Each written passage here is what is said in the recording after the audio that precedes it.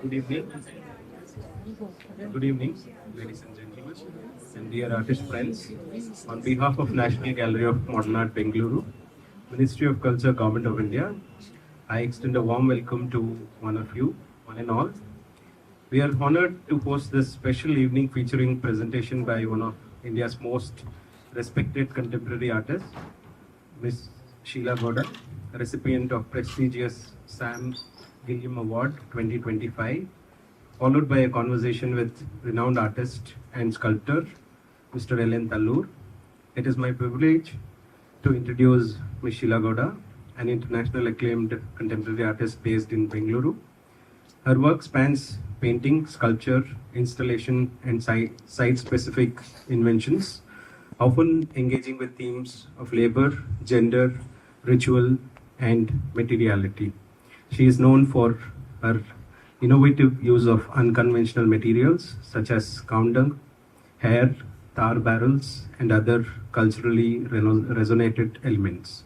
Sheela Gowda's practice is deeply informed by the socio-political context of India, and she has exhibited a major international platforms, including the Venice Biennale, Documenta, and Serpentine Gallery. This year, she has been awarded with Sam Gilliam Award 2025, an international recognition that honors exceptional contributions to contemporary art. Now, please join me in welcoming Sheela Gowda to present her work, The Journey, with us this evening. Ma'am.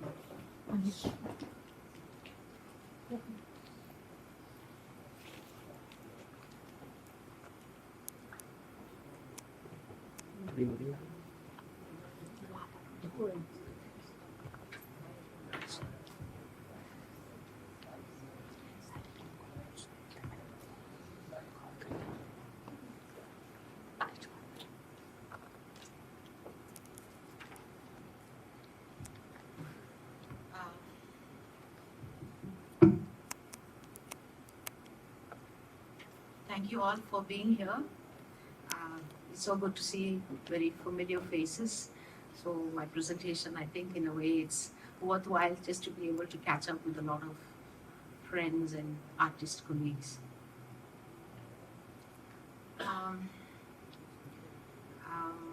Where do I begin? Okay. When I had to prepare this presentation, as it is for everybody else, you don't know whom you're addressing it to. Whether you're addressing it to an audience who have heard of you, they have caught a few works, caught a few works here and there, especially on the net, and some who know the earlier work but don't know the later work. So I thought I should give some kind of sense of the journey of my work. But again, of course, can go on and on. Can you just take away that light, please? That light. It's in the eye. And so I tried to also, and I also wanted to make it interesting for myself because, going over your own works for over many years is a bit tedious even for me to watch. So I try to be a little bit different in this presentation. For some of you, it might seem a bit, I have seen this, I have seen that, but I hope you will bear with me for those works.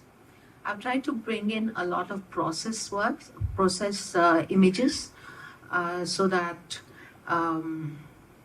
rather than talking about the content of the work, that there would be a sense of where it's coming from, and how I work with the material and the context of it. So I begin now with not exactly my oldest works. These are some small watercolor oil paper that I made from a pad. I begin with 3 self-portraits, which were I tried to be ironic in the way I presented myself. One is of me as an artist, of course, on the drawing on the sands, with a foot just about to go walk on it. Next, I have to do that. So this is again a self-portrait caught in the maybe in a frame of a framer's shop as you pass by in a marketplace. And this one is myself as this angel who is privileged angel who is giving herself some wings while the maid works at your feet. And this one, I'm not quite sure why I'm bending down at the feet of a man, but of course there is also now the wider context of something that looks like a carnage. So these were some of I just thought I should begin with these.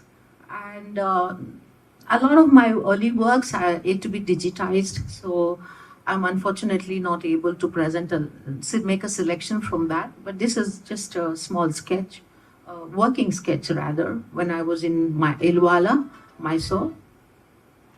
And this is one of the larger paintings, oil on canvas. I guess by then I was already trying to get away from the idea of making forms or even the figurations as more abstract. This is about a woman who's gone a bit with her arm outstretched with a washing on her hands, trying to fly. And there's a kind of a little bit of a reference to Icarus, who flew to Ahai and got caught in the, the high tension wire.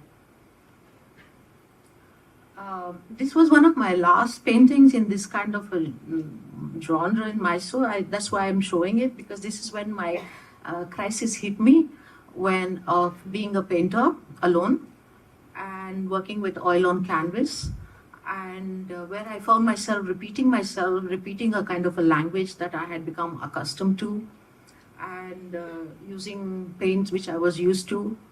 So that crisis doesn't show in this painting itself, but this is when I began to look at other options. I wasn't really looking at options actually. It hadn't struck me yet, but there was a discontent, let's say. And this was also the time when there was a lot of political upheaval happening, and there was a lot of the tensions of riots, communal riots, and this was still on the fringes of what is now center stage. So I was residing in Ilwal, a village outside of Mysore, and so there was a lot of these elements coming from imagery from there. I was also married to a Swiss artist, Christoph Stotz, and so I used to visit Switzerland. And while I was there, for the first time, I got let's say, a more conceptual idea of using material, and that was Gowda. It was not something that I actually made in India, but the ideas began there when because the distance to being away from India gives you a sense of objectivity and a certain freedom also. And so first time I also put down what it means to use a material.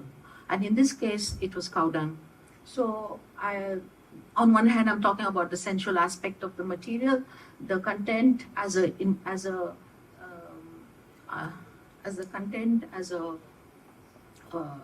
underlying meaning to the need for using that material, avoiding the overburdening of intellectual meaning. So these were all things that were going on in my head for the first time.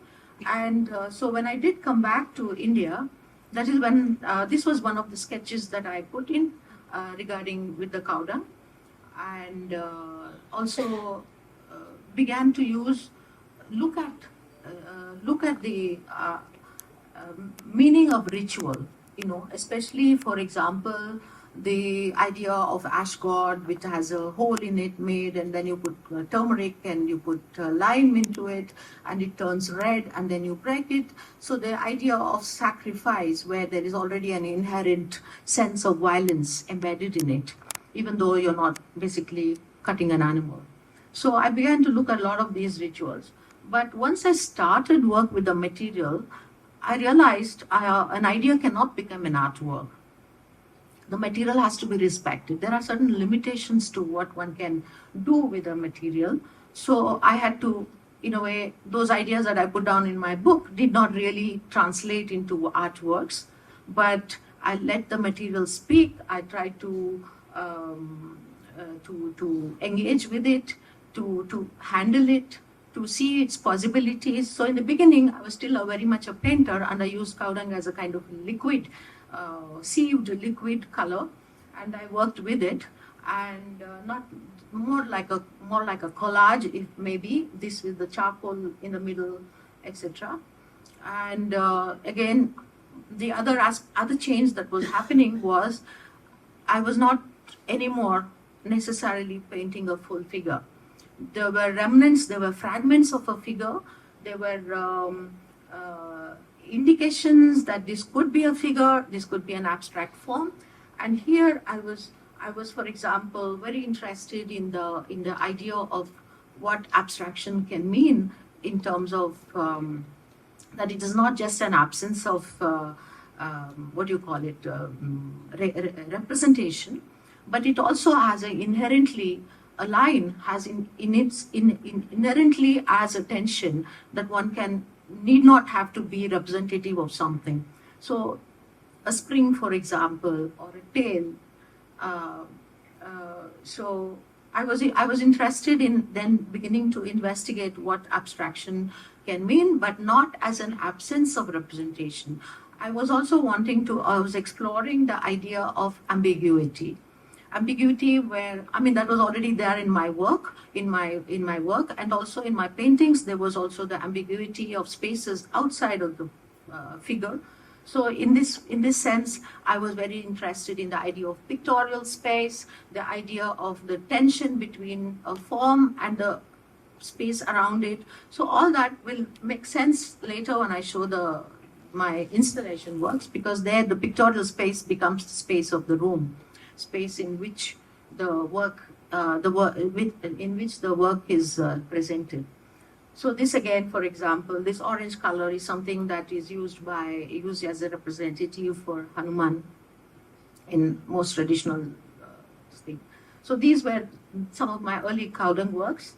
There was this is a triptych, and so there's a lot of like painterliness to it, and in a way, in that same exhibition, I put together the how we encounter cow dung in a way in our daily lives.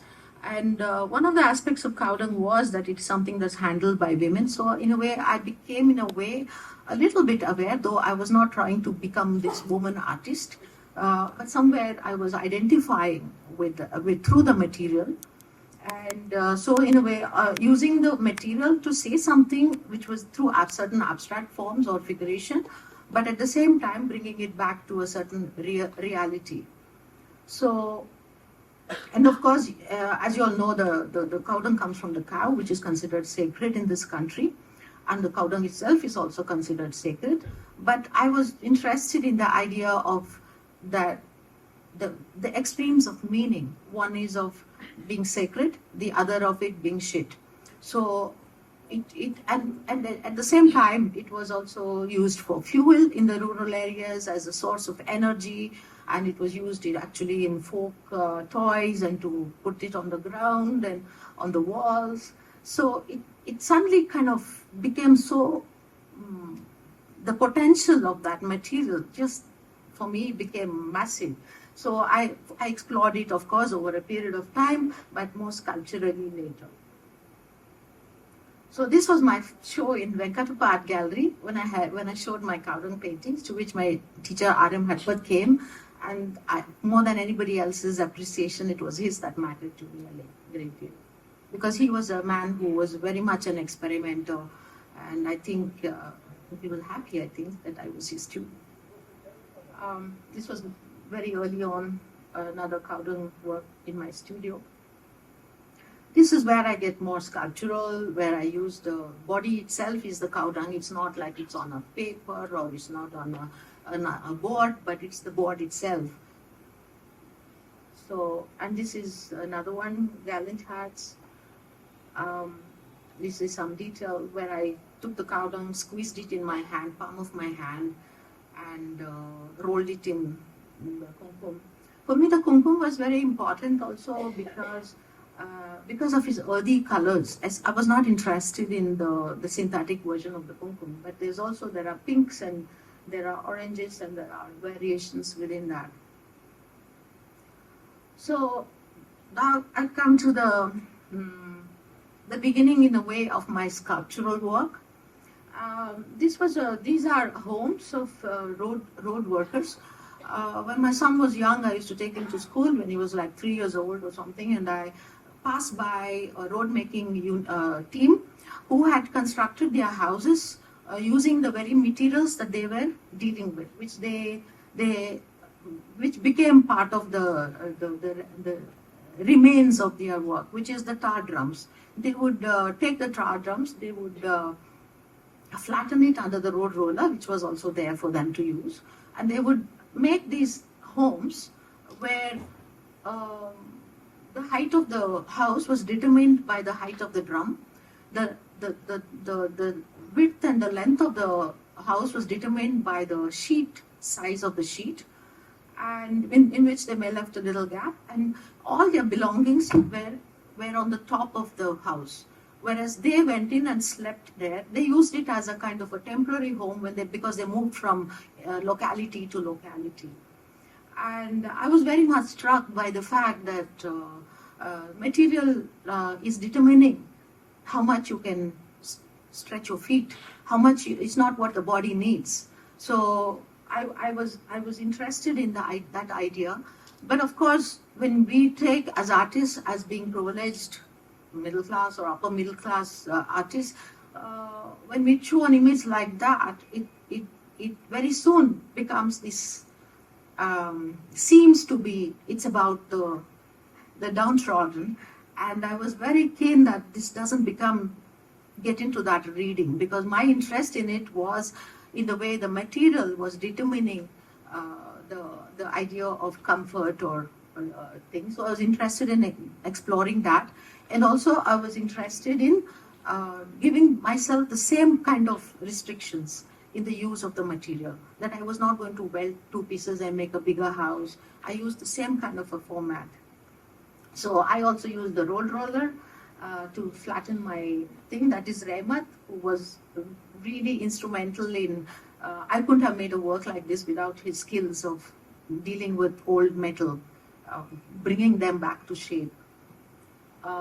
So I was, of course, a lot of my works has to do with sketchbooks where I put in a lot of ideas, and then finally, like I was exploring the idea of this being a government office desk, with a chair where you can put your legs through it, and also of it as being a room installation.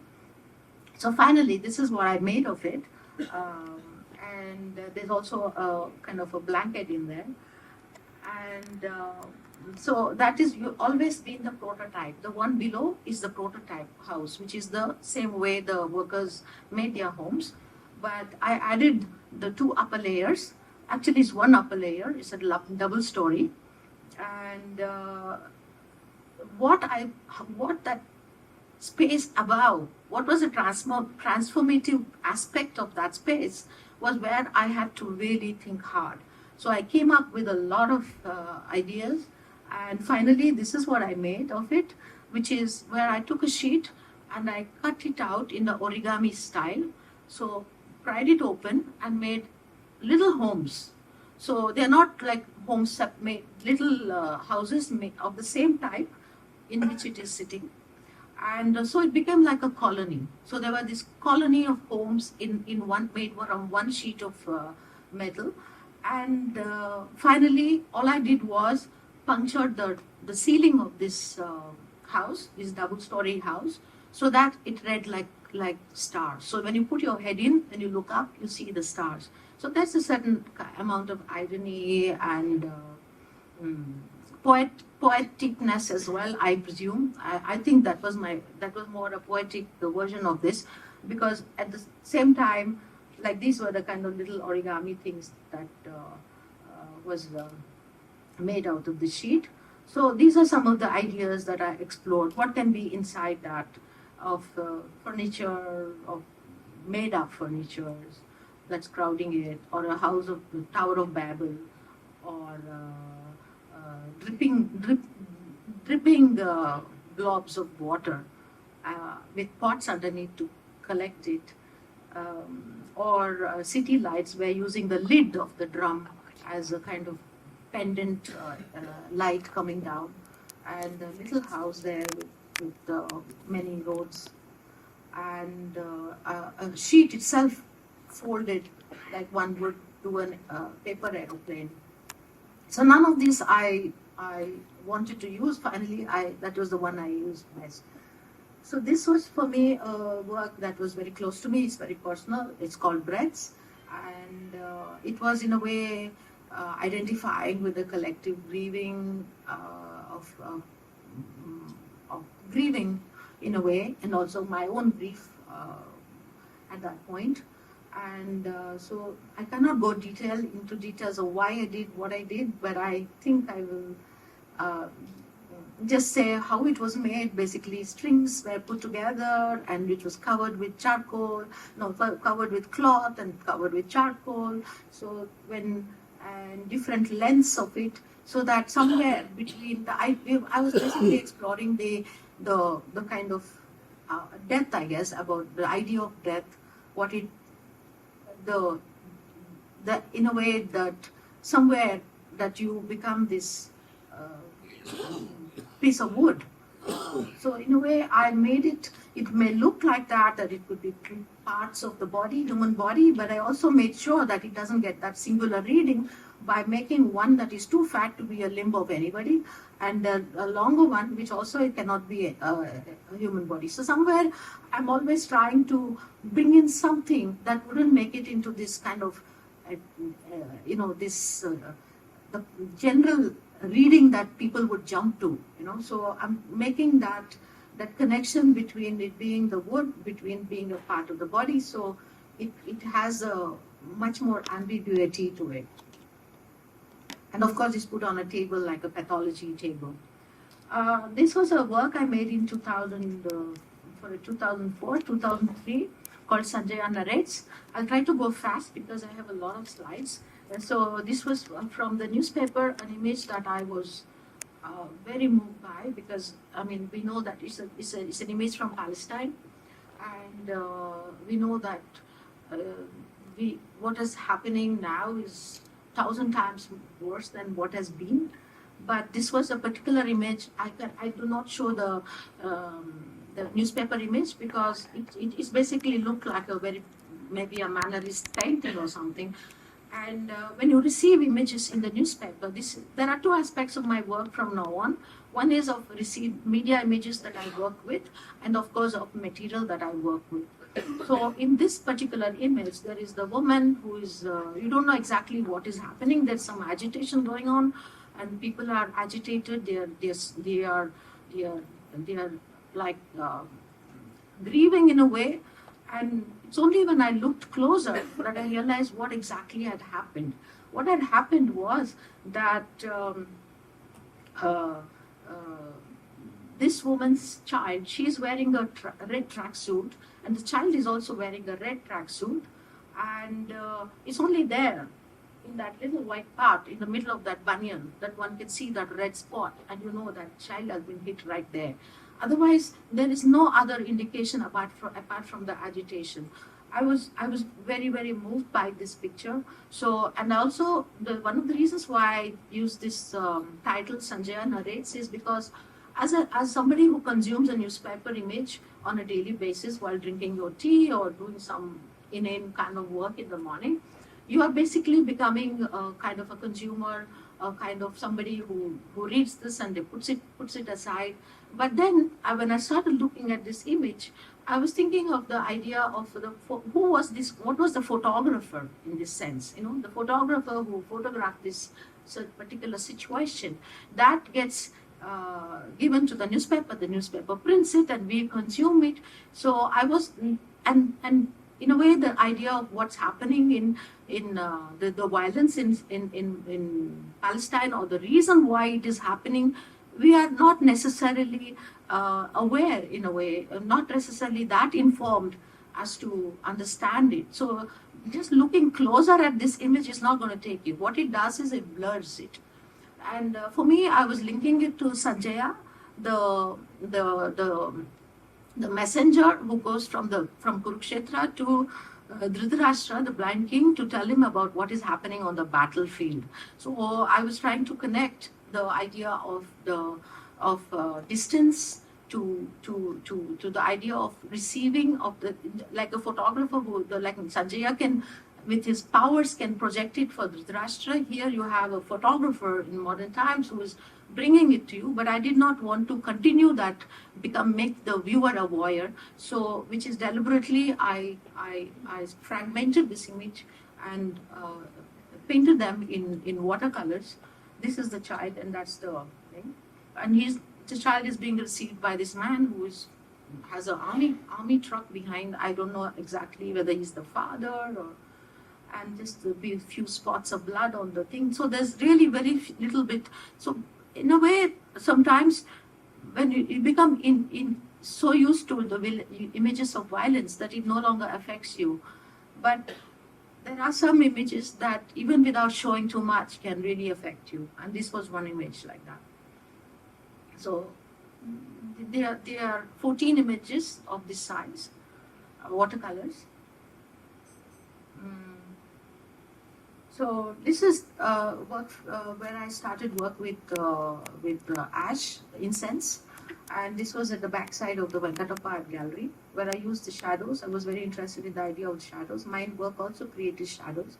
So this is working with incense. I made this chapati-like forms, and I put it on the mesh and lit it. So they slowly, it's called in time, that slowly they burnt and left the traces of their shape on that mesh, alongside with images which again are generationally distanced from the actual event, which is like, for example, something has taken place far away, and some photographer photographs it, it gets translated, puts in the newspaper, I make an image, or I make a painting of it, then from the painting I make a Xerox of it. So there's so many generations of how the image gets dealt with, and here these are Xeroxes of paintings. So towards this, there are times when you draw a blank, you don't know what you have to do, what are you as an artist. So this was one of those times when I did not have nothing came to my head that was other than kind of repeatedly doodling something or making it out of habit. So I tried to get out of habits. So these are football players, images from the newspaper again of football, which I silhouetted as images, and they look like kind of a rioting mob, or a person set on fire, or being chased, or something like this, for example. In a way, I was also grieving, so I was responding to images of grief in a way, and this was an image from Kashmir, and so I painted it in watercolors, and then I put a Xerox copy of that under the thing. So this is another version of it. I selected it. See, this is the kind of form that it gets left behind. And here is a woman who is just kissing her child goodbye and being pulled away by a hand on her shoulder, that last touch with the sun. And I use different forms to create. So whatever form you see of the ash is the form that I made the incense thing with, and let it burn. So this again, I painted it in. I also, again, I hesitate to show something too directly, because in a way it becomes too, what can I say, exploitative in a way, So there's a faintness to it. It's something that you look closely, study it. And this is another version, this is how it was shown in the documenta, where I used multiple frames and I did not use any images. It works basically just on the ash. And also the blackness is also coming from the ash. working with the red thread and needles and rope. It started very simply, where I made a sculptural drawing with the needle and thread.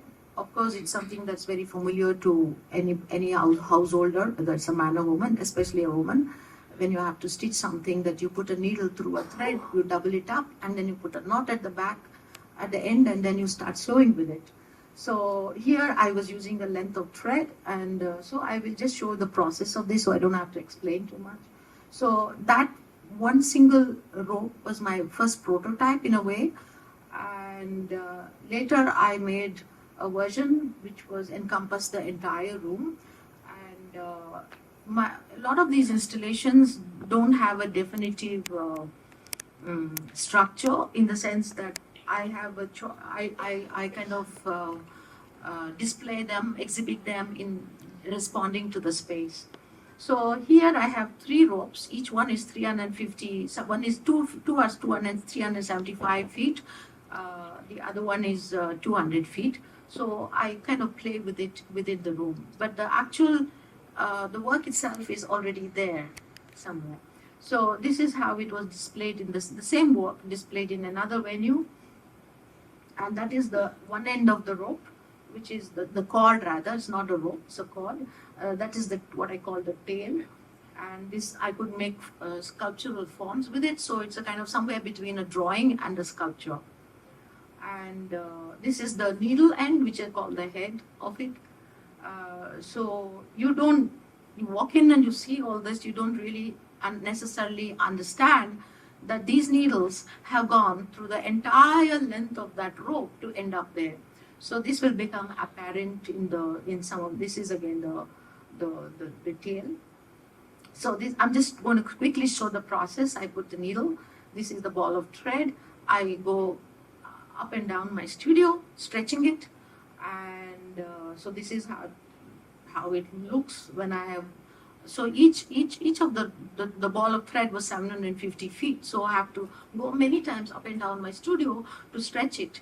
But needle is already in there, which I take to the center point of that 750, which is where it becomes 750 becomes 375. That's the center point. So then I wind it, all of them I bring together after doubling it up, and then I put it on the roll, and then I start to make the rope with a mixture of kumkum and glue and some other material. Neem oil. Neem oil is my favorite because it's organic pesticide. So these are just shots of the studio, and so it took me about 3 months to work on this, working full day, and so it's a very bloody studio by the end of it. This is the ready part to put the mixture on it. That's already moving. These are ends that I have to put together. This is when the work is done and it's just lying on the ground, getting ready before being packed. And this one is my son and husband. Even from the very beginning, when I showed you the first Gowda work, it was on the subject of Hiranyakashipu and Prahlada. So I've always been very fascinated with the idea of Prahlada and Hiranyakashipu, the difference between the father and the son, was that they were worshipping. They're worshipping. One was a Shiva worshipper, other one was a Vishnu worshipper. So in this case, and therefore the othering of even between a father and son. So here, of course, it was just a fun thing. Christoph becomes the Hiranyakashipu, and my son becomes Prahlada. And the same one, as I said, there I used only sheets. Here I've used the drums and sheets, and it is also something that you can enter, and you can stand up inside and look up, and you are on what is called a tar floor, and you're looking up. You're completely encased in darkness, and you look up and you see the stars. This is when you look up and you see the stars. So again, my card comes into the picture. I still have this card. This is what I use still. And it has basically transported that entire work, bit by bit. And so this is the process, just to show how it has been constructed. There is one floor, then another one, another one, another one. And again here, always these works always have that prototype, which is that original house of the worker. So that's me again, that's with Rahmat. And as I said, I was very interested in images that one gets in the newspapers. This was something that interested me. This is, as you can read, Yediyurappa, the chief minister. There was one incident where the beggars were so horrible, the situation in the beggar colony was so bad that they all escaped. And it brought attention to the abysmal conditions in the beggar colony. So it's a very strong image, and it's not something I could do as an artist, but I'm showing it to you because there are certain images I respond to, but I don't necessarily work with it. There are others which I work with, and this is one of them. This is 2x7, and that is Agnipath. The Agnipath where Amitabh Bachchan, that's an enacted scene of violence where Amitabh Bachchan has taken revenge for the death of something, I don't remember what.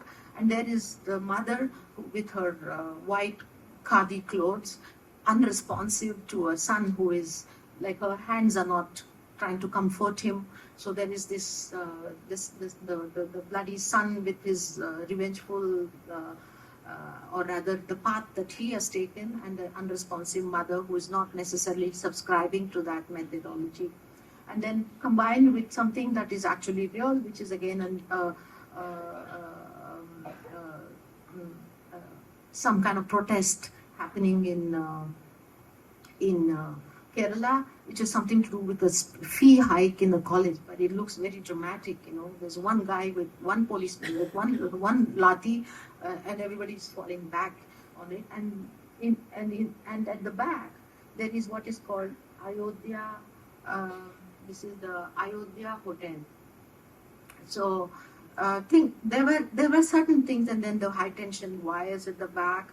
They were all little what can I say, hints maybe that one could find certain kinds of reading through all these little elements within a picture. So then we come to the grinding stone. As you can see there are two grinding stones. On my way to my parents' place, I began to notice that there were these grinding stones which were appearing on street in what one would call a non-space. Basically, so like there's one there, that's a non-space, meaning it's not going to come in the way of somebody, but obviously it has come out of a house somewhere. And so and then there's these alleys. You can find a kind of almost like a graveyard of these stones. One comes there and others join it. So I began to notice that a lot of these grinding stones were sitting around, and like this one has just come out of a broken house, especially from the 50s and the 60s, homes where, you know, the houses were being renovated or remade. What interested me about these stones was that these were embedded in the ground. So what was visible was only the top square of that with a hole in it. So the women sat on the ground and used it for grinding the thing, but nobody now wanted to sit on the floor. We got mixies, we got counters. So these houses, this became redundant. So the interesting part of it was that this is considered to be Lakshmi, and Lakshmi is a goddess of wealth, and it's a fertility symbol as well. So somehow the people didn't want it. Just like you will see photographs of gods and goddesses put under the trees for nature to take action and slowly damage them or disintegrate them, that there's no guilt on their part. They're not putting it in the dustbin. They're putting it under a tree. And here too, they don't break it up. They don't break it up and make it into gravel and use it in the house construction. They slowly push it out, and one day it pushes out a little bit more till it arrives at some kind of a lamp, like a under the lamp or in those little alleys or behind a tree or in a place where nobody's going to trip and fall on it, and then it's forgotten. Nobody even realizes. So I found some 60 stones of these in a 2 kilometer area, and I began to collect this. These were the plotting of that with the postcards of where I photographed them in their original places. So I come back to the stones a bit later. So again, I come back to the thing again. There is the prototype house there, but here I'm not constructing anything, though it doesn't look constructed. There is a lot of work involved, and I began to use it as a modernist modernist image, almost like somewhere between painting and sculptural work, installation. So that's the prototype house there. And in the drums itself, the intervention was of using mica, where you see the mica in the bottom of that drum. It looks like as if like an overnight rain has left some water remnants within the drum. And also in this house, like when you have a leaking roof and you keep a bowl and you have water collected there, these are all mica sheets. Just put in the lids of the thing. And this is also, there's a mica underneath there, which looks, when you look into the drum, you see the, looking into a well, reflection in the well. So this was actually part of the other drum work, where I became very close to this team of workers who were doing the roads, and they helped me a great deal in telling me which part of the Bangalore they're working. If I needed a drum, I went there and collected from them, and they burnt the insides for me. They also made me a little road for the inside of my sculpture. So, but it didn't work actually. The road roller thing did not work. So finally I had to get Christoph to stamp on it. So that worked more than the road roller. So this is just the process of, it comes really damaged because they chuck the entire drum filled with tar onto the ground. So it gets pretty damaged. So Rahmat was that way my savior. Without him, I wouldn't have even attempted to do these works. So this is how the team helps me. I locate things which are retrievable and all that. So here is another work which is like an offshoot of my work with the rope, where I think the detail might give a better idea of needles that are poked into what could look like eruptions or wounds on the surface. And the threads that hangs from it could, you can read it yourself a little bit better, that it becomes like pools of blood. And this again is an image called a Heartland, which I made again from a newspaper image. In the newspaper itself, there was another photo of this army men. Both were black and white photographs. And just 1 centimeter away was another photograph of a tribal girl slung across a pole, like the way you carry a pig being carried. Thing. So, and he's looking this way. It's almost as if he's in the newspaper. He's looking at that image next to it, and so I could not. Definitely, that image again was a very difficult image to deal with. I couldn't handle it. I did not.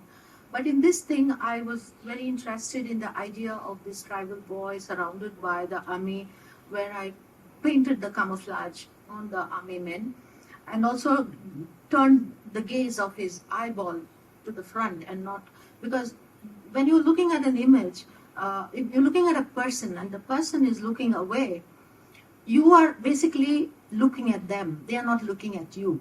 So you're not coming into the picture. They become the object of consumption.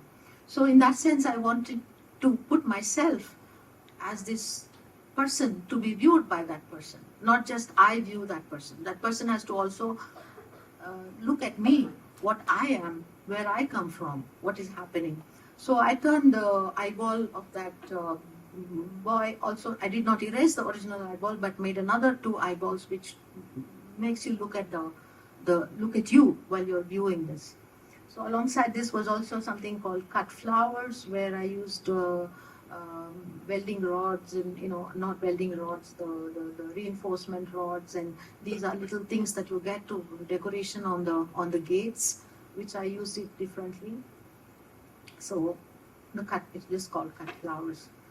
Things that I work with, some of them not necessarily, I don't know, they can say they're smaller works, bigger works. This again is also door frames, which I have opened up into linear forms, and it's called margins. So it's a kind of like, when you enter a door frame, it's a passage from one space to another. But when you open up the frame itself, then there is a sense of, what can you say, lack of boundary, and also maybe freedom. And in this sense, I was also, as I said, I was exploring the idea of abstraction also in using colors which are vernacular colors. These are colors that you find on houses in the cobalt blue, that particular yellow, this emerald green, and that particular Naples yellow. These are colors that you very commonly find even in rural areas now, but also was visible in the cities before. This again is an image from the newspaper. It's the Hakipiki tribe, and it was a very fascinating image for me, because these, when I look closely, these are protesting. These are Hakipiki tribes who are living they are all over actually India, but they're known by different names. Hakipikis they were living outside near Shimoga, outside Bangalore. They have colonies and stuff. And normally they are all dressed now. They are very urbanized in one way. They dress the men dress in brown shirts and pants, and women wear nylon saris and stuff. But when they had been promised houses, Akka houses by Yediyurappa actually, and he of course didn't keep to his word, so they had come to Bangalore to protest. Now, what was fascinating about these guys was that the kind of paraphernalia, like the jewelry they put on themselves, the decoration they make on themselves, and the man with just some creepers tied around his thing. And if you look at closely, they were wearing Rudraksha. See, Rudraksha was something they could have found easily than finding glass beads. And these people are not dressing like this on usually. So this is an image of being a tribal that they have put on themselves to give you, to kind of, in a way, make it something that you will recognize as tribal. Otherwise, if they came in nylon saris and church pants, they wouldn't be tribal. But then they did such a shoddy job of that, making themselves look like that I took the license in a way to also, and they were all posturing, okay? They are posturing for the camera. So in a way that gave me the license that I could also put them in another thing. So I worked in that inset is in the this one here is that inset, and this is the detail of it where I worked on them, where I gave them. I also took the privilege of turning them into the global tribal community. So they turned into different tribes from different parts of the world. The other aspect of the Hakipiki is that they are quite hilarious. They used to, I don't know if they do it still, then their encounter with the urban meant that they would, they looked at the English language, the words in English language as sound. So they would name their child either High Court or bus stop or coffee.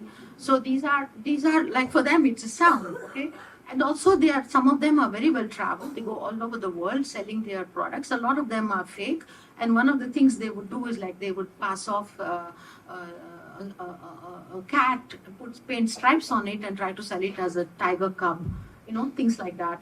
So, and also they They also used, you can see them, they sell it on the Avenue Road or maybe some other roads where they're selling oils, for hair growing and stuff. Maybe not the same tribe, but lot of them sell all kinds of artifacts. One of them is tiger claw. And this is a fake tiger claw, by the way, thank God. Um, it's basically made from the horn of thing, and then they use some kind of goat fur around it and pass it off as tiger claws. So I had to I had to source these tiger claws from them because I wanted that that the idea of your expectation of a tribal and their expectation of what you expect, and then they are the whole occupation. So now this is the hair rope, which I had encountered already in the 90s. I brought it into my studio in the 90s, and for a long time I believed that was sheep wool. But when I realized that actually it is not sheep wool, it is the human hair, then the whole possibilities opened up for me. So this one is used as a talisman on the bumpers of cars to ward off the evil eye, ward off accidents. Basically, you are sitting behind the wheel of a vehicle that you are supposed to be in control of, but there's a vulnerability in you that thinks that there is an aspect of your thing that is beyond you, that you need this kind of some kind of a balm for your anxieties. So I started to use this thing in large quantities, and I was working towards an exhibition for the Venice Biennale where I wanted to use the bumpers and the hair rope, but in a much more abstract way. And I was exploring different kinds of bumpers, and finally I settled down on the Fiat bumpers. Um, so this is one part of the installation where the bumpers are held up by these ropes. Now the interesting thing about these ropes is that, again, in this case, there you have the human in control of the thing, but industrial product. Here there's the industrial product, and there is the organic matter. But this rope is bound by small pieces of hair, not long pieces. This is a huge industry, global industry. I mean, places like Tirupati and many of these places where people go to give. It's a sacrifice that is offered to the gods because they've taken a vow. And so all the longer hair goes to the wig making industry, and these smaller bits of hair is in a cottage industry sort of a way, woven into a rope. And these are available as 3-meter lengths in any kind of a shop on Avenue Road where they sell puja items. Also, what I was going to say was asking. Anyway, so I worked with this. Here you have again an organic thing made of little bits of hair. For me, it is a collective of people. Like when I'm handling that, you kind of sense it. You have rough hair, you have baby hair, you have older people's hair, white hair. All kinds of mixtures of people. You have men, you have women, you have children, you have maybe religious differences also, because a lot of things are probably also collected from barbershops. So these are I'm just showing the variation of the how basically the elements are. There's this hair rope which is 4,000 meters. That's 4 kilometers length of hair, and what was I saying? Yeah, and these are two elements. Basically, there's the rope, there's the bumper, and with that I install it in different venues very differently. Like this is in Abteiber Museum in Germany, and this is in Sydney. So I also the variations in how I display the bumpers. They can get into some kind of a musical kind of score-like quality. So in my encounter with things in Avenue Road has been my kind of places where you can wander in and you ask questions. You keep your eyes open and you ask questions, and those people are not impatient enough because you're not buying anything wholesale there. They want wholesale buyers. But if they're patient enough, they tell you what this is for, that is for. So I encountered these little pieces of wood in packets, sold in packets, and I kept asking what are these like, And I found that these are actually, it's a kind of a descendant of what is the Chandana Gombe, which everybody of you all know. That's the man and the woman. It has nothing religious about it. And apparently they were given in some ritual to the, I think when the girl menstruates first time, I don't know when. But what has happened with time, and it's also, by the way, I think it is red sandals if I'm not mistaken, because I tried to find out what is this wood. Later they started to use deal wood and other kinds of wood, but originally it was red sandals, I think. But you can see how the detailing has come down to this one finger-sized peg-like thing. And more than anything else, that's what fascinated me, because the end thing, because that one was somewhere between a human figure and a piece of wood again.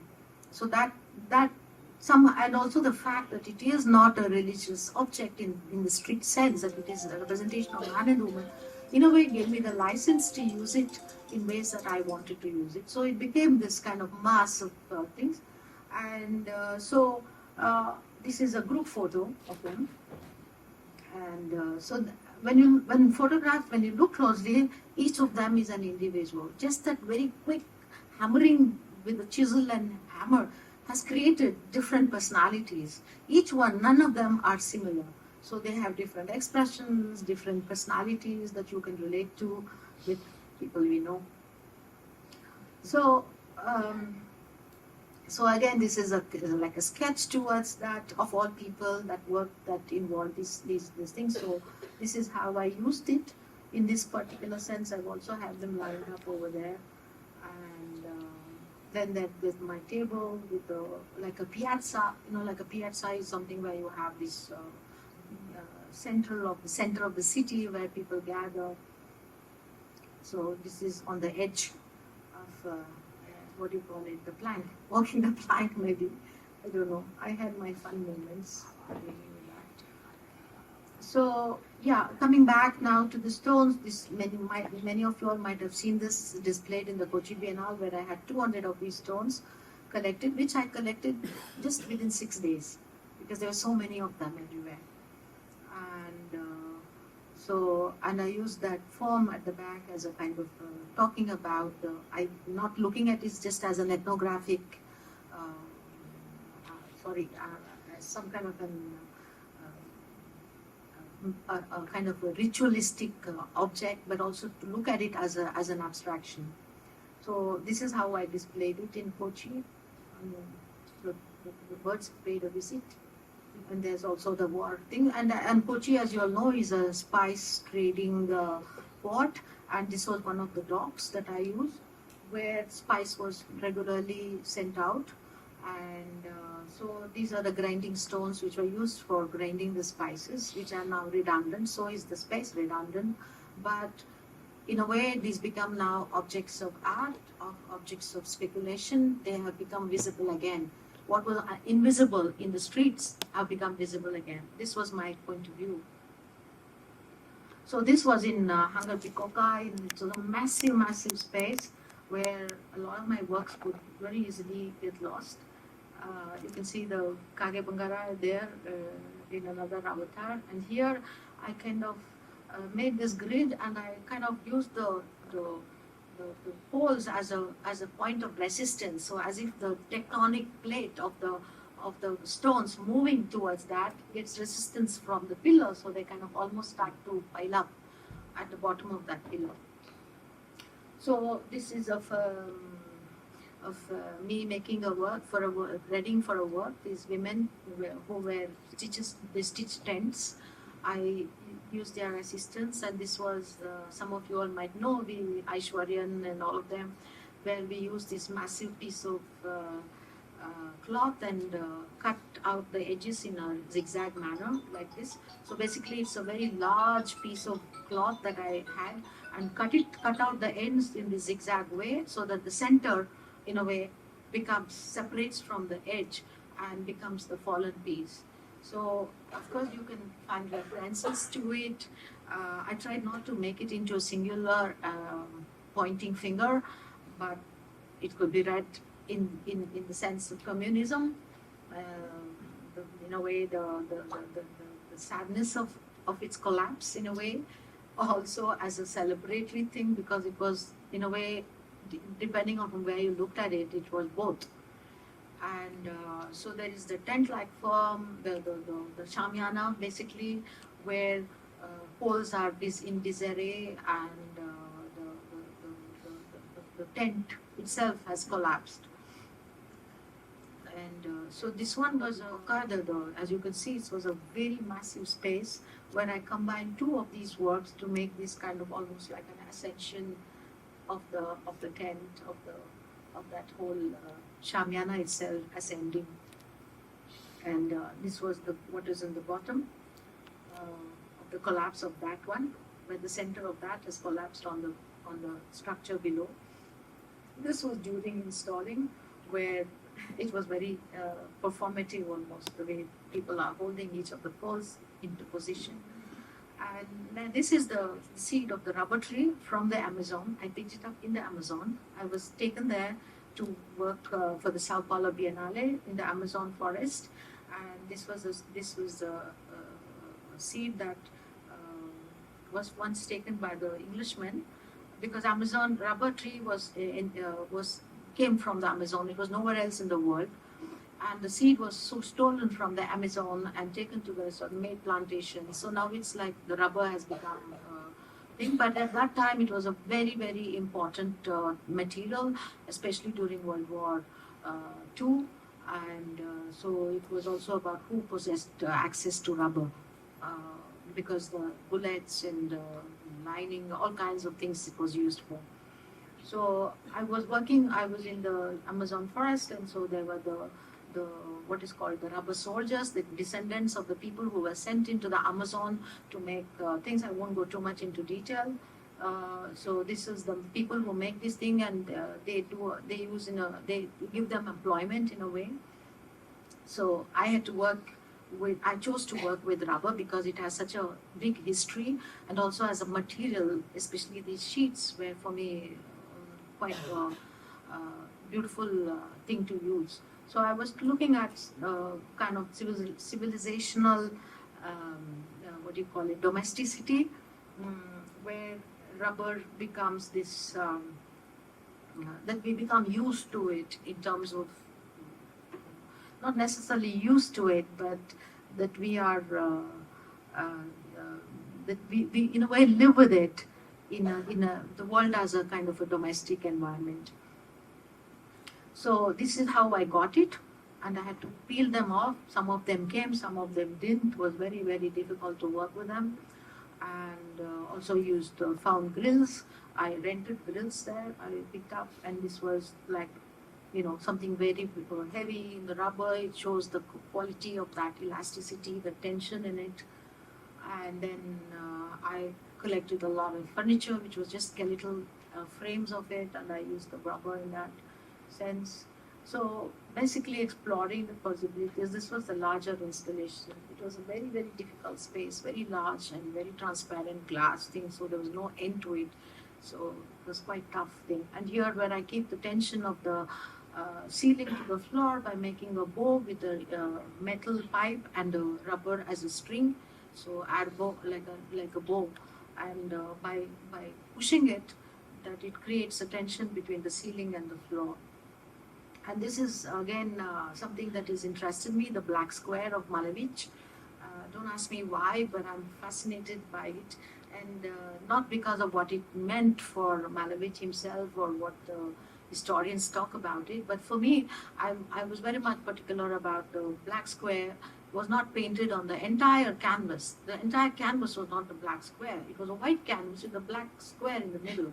So I always questioned the idea of what about the white? In what way is the white supposed to be accepted as neutral?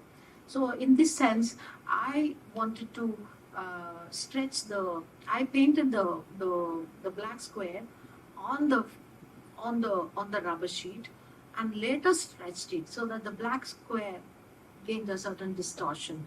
And in that sense, the rubber itself, the history of it or the materiality of it is nowhere neutral. So I'm still trying to understand what my own fascination with the black square is and what my interpretation can be. So that's why I made sure that the edges of the rubber is not tucked back, that it remains as a material entity. If I tucked it back, it would have, receded back, and just the black square would have become over prominent. I wanted to bring my interpretation by doing this. So this is again rubber. When I was showing in the Hangar Bikoka, that is Pirelli Hangar Bikoka, that's Pirelli company which makes the tires, Pirelli tires. And their factory, experimental factories, was right opposite to the space. And they gave me the option of going and choosing what I wanted to have done. And I had, there's certain extrusion machines will bring out different kinds of forms of the rubber sheet. So I chose to work with. I'll show you the thing.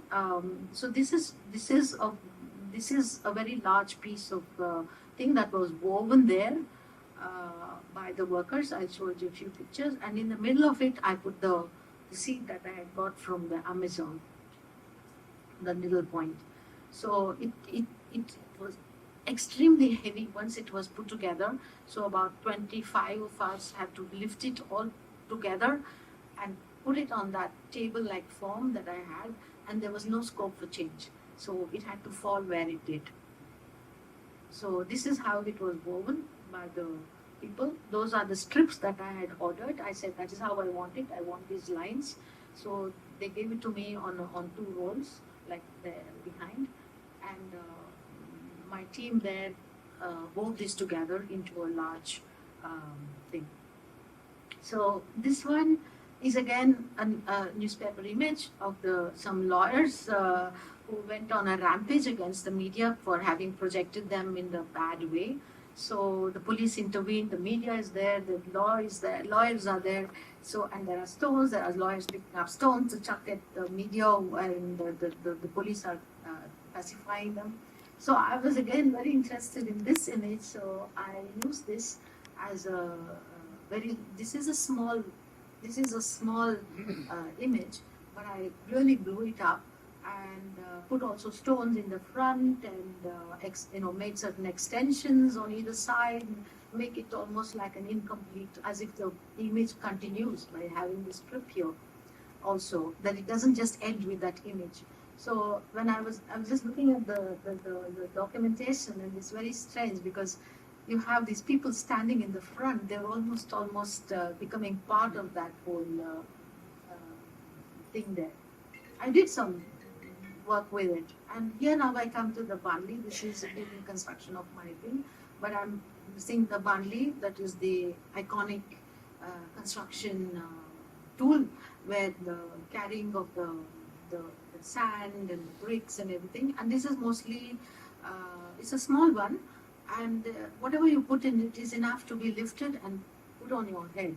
So it's not too big to be lifted up, and so it is something that's so ubiquitous to all construction still now in Bangalore. Now it is more plastic Banlis, but this one is a beautiful form, and so I came upon incidentally a workshop which was making these Banlis, not in the middle of the city.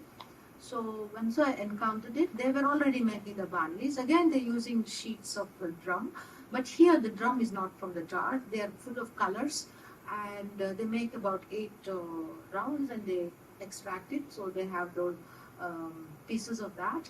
Then and this is the leftover of all that, which is folded and scrap, but probably they make something else with it. But as you can see, it was like covered with some kind of tree glue, which was not soluble in oil nor whatever. It was like impossible to get out, but we managed to do that. So this is those discs are then put under hand operated thing, turned and made into Banlis. And this is my car again, transporting those sheets. And so So I kind of collected a lot of these things.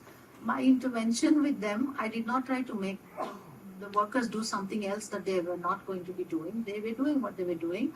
But I said, okay, don't cut out one, leave this one alone, that kind of thing. And also, you have those lines, the outlines. I was playing with that, kind of trying to play with the idea of a kind of a remnant of a product. And these drums are also coming from Indonesia and other places where they are transporting this tree glue into India. And so these are like the end of that journey of that particular product of that drum. And for me, again, I'm reusing it and bringing it back into a certain modernist reading.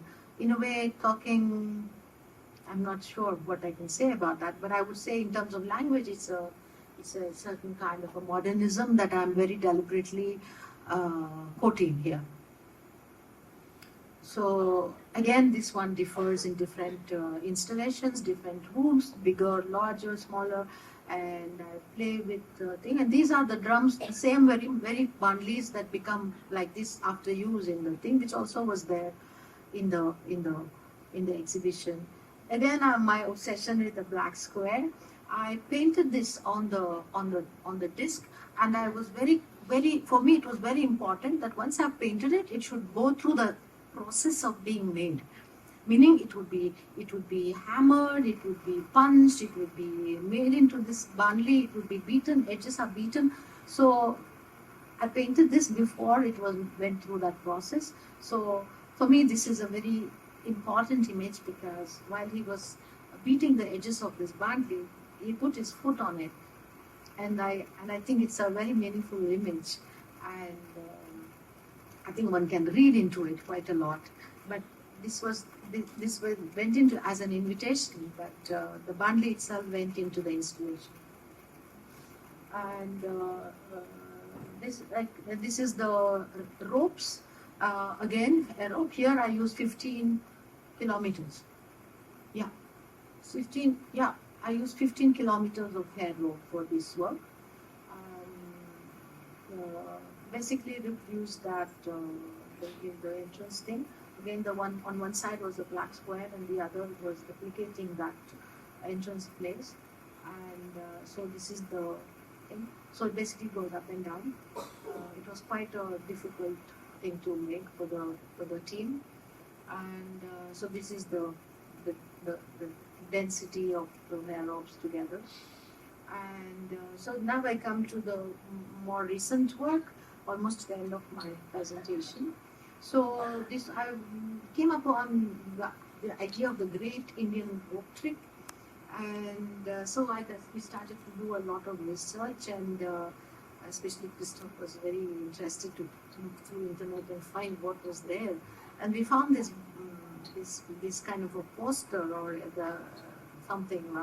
So the Great Indian Rope Trick was something that was passed off as some kind of an Indian magicians doing something that's unbelievable, that they would make a rope go up and they would blow that pungi, and then it would go up, and then a boy would climb up that rope, and at some point there would be heard some kind of a scuffle going on up there, and then body parts would fall down and the boy would disappear.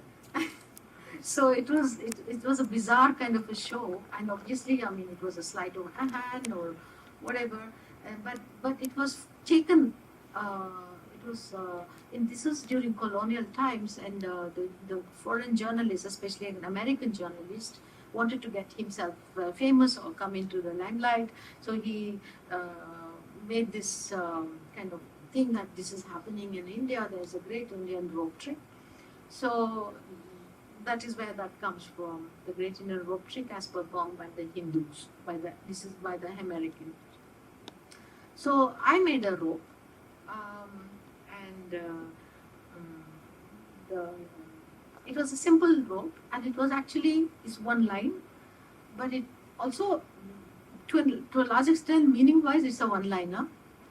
And but then I also included a vinyl detailing which I've never done before on the wall and on the floor. And this was done for my exhibition in the Kolkata Biennale last year, where I worked in where I chose to work in the Alipur Jail Museum, in one of the cells of the jail museum, and I kind of curated that room and called it the interrogation room, and I had 3 works in there, and it was in a way referring to the history of that jail, because that jail was hosted a lot of imprisoned a lot of freedom fighters at that point. And I thought it would be interesting in a way to make something that is pertinent to that idea with that history and to the present. So I had to make the rope. I made the rope machine. We made the rope machine, and we made this rope. And my house was the only place which was clean enough to be made. It made there. So I used my house rather than my studio.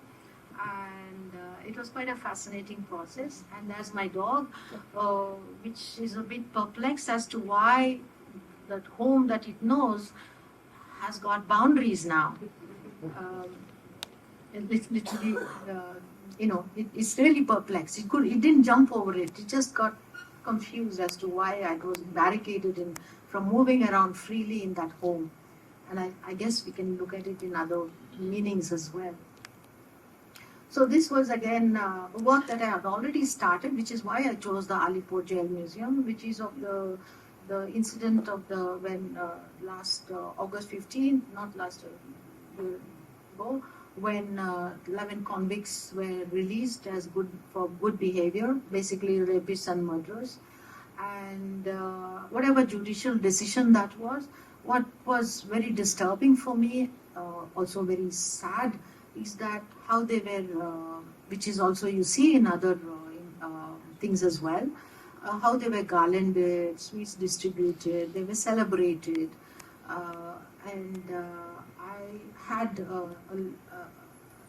it was sadness as well as a kind of anger, and I chose to make this work where I collaged bits of that particular photograph, and used what I call, there are many kind of isms. There is pointillism, there's impressionism.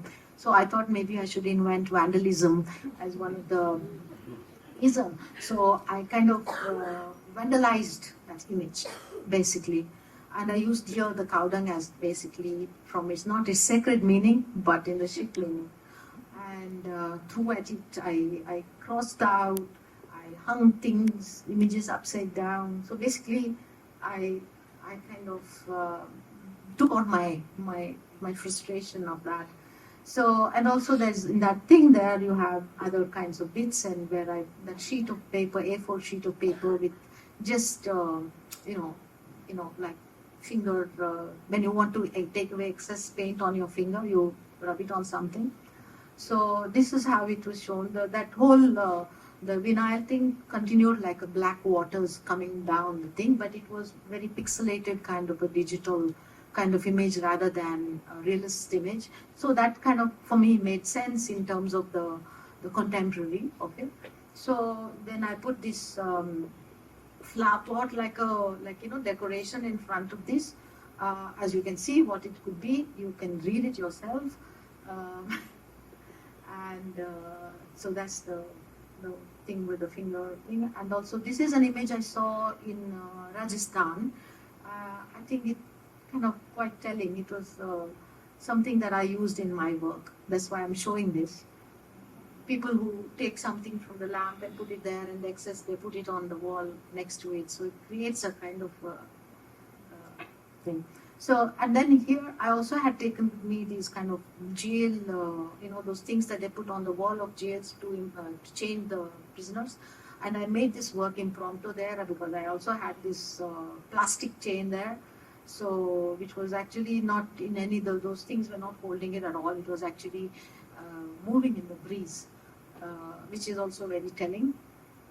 And the red work again, the thing, it kind of, in a state like Bengal, where communist government in a way has become the past, I thought it would it would make sense within that. So you had one hand, you have the Great Indian Rope Trick, you had the it stands fallen here, and then you had this other work. So that was connected by these floor thingies. So I've always been very fascinated by by Shiva, Parvati, and family, as a kind of a nuclear family. There's the father, mother, and there's the two children. So, and also the idea of Parvati sitting there in a domestic way, instead of flowers, she's putting together skulls.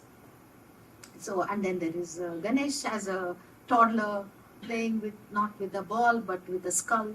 And so is Subramanya also playing with a skull. So I'm very interested in that imagery all the time. And my fascination, this is an early sketch thing I made.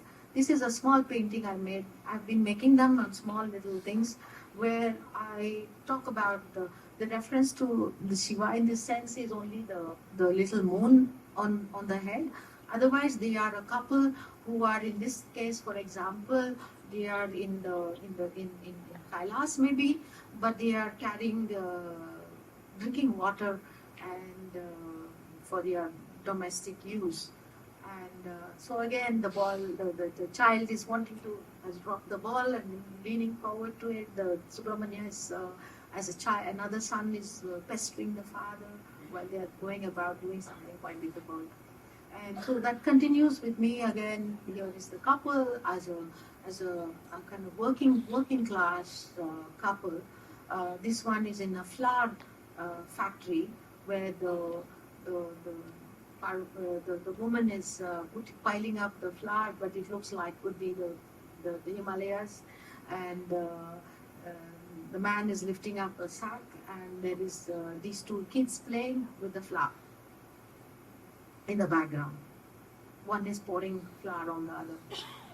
And again, Shiva, this was something I made in Liège, where I made the, that, for example, that's actually used, it was in a house, actually a colonial guy's house, and in Liège.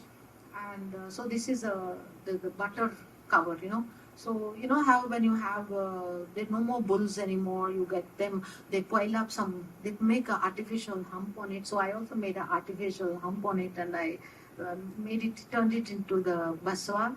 And then I made this image of Shiva as somebody who's sitting on the mountain, but the water is rising. So it's rising almost to his level, so he's kind of looking down. I mean, you can make your inference from that. And this way, I wanted to put this in because this is an idea that I got from the Vishweshwara Museum, where you have all these kind of wonderful things where the tap is there, but it's not connected, but water is coming out. So it's just a bit of a trick, and I wanted to work with this particular sink in a site-specific way. That's what I did. And it happened that one day before this thing. So let me just finish now. I'm almost done. These are just views of my studio with different works going on at different points in time. And these are other works. And I end with this thing with the tomato plant and revelers. Some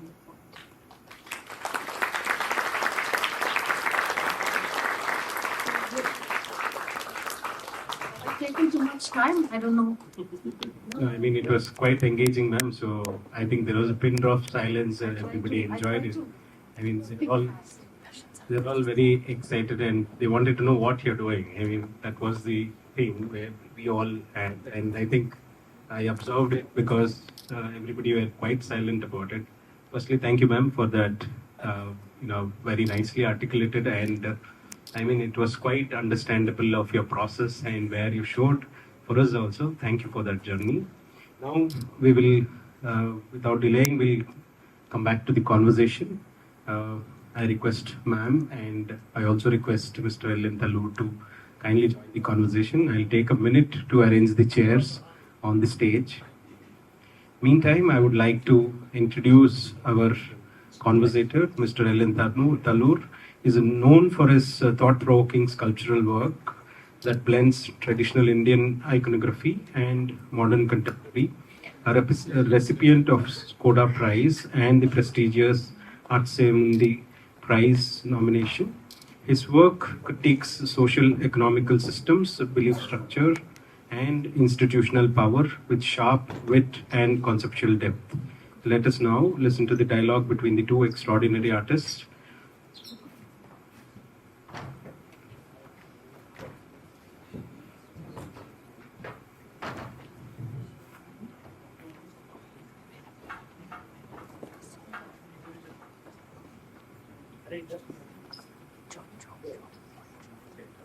So meantime, we have the in-house curated exhibition, Kal Netra, the Sacred Universe of Ms. Seema Kohli, a Delhi-based artist, whose exhibition will be concluding on this Sunday. You may please catch up there. And also, you can kindly follow us on the social media handles. And from last week, we are also on the WhatsApp community to reach you fast, instantly on your fingertips. So kindly join us on the community. We have an announcement group there. You can please, we have already posted on the social media handles. The link is posted, and we'll also be slashing the QR code for you to join us on the WhatsApp community group. Sir, I would like to invite you on stage. I request everybody to give a big applause for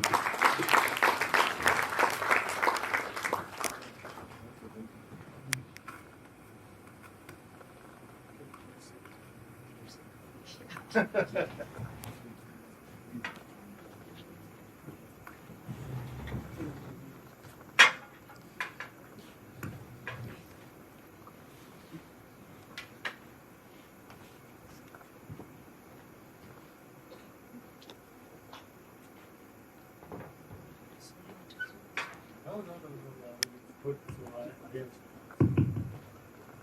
It's good. No, I think.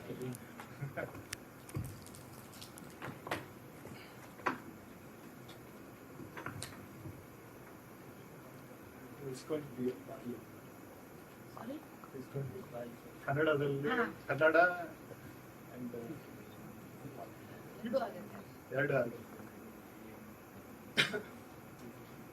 So we'll start. I have to start. Yeah, Okay. you have to start. I've done too much talking. Yeah. Hold on. I'm sorry I took such a long time. I tried to race through it, but still, I realize it's taking a lot of my time, a lot of your time. Yeah, I sinked into the work, so completely blank now. So, talking to Sheela is really always interesting for me. Partly because of two reasons. One, when she talks, there's a clarity in her conversation. Always, fascinates me. And the second thing is, she's a little bit Nishturavadi.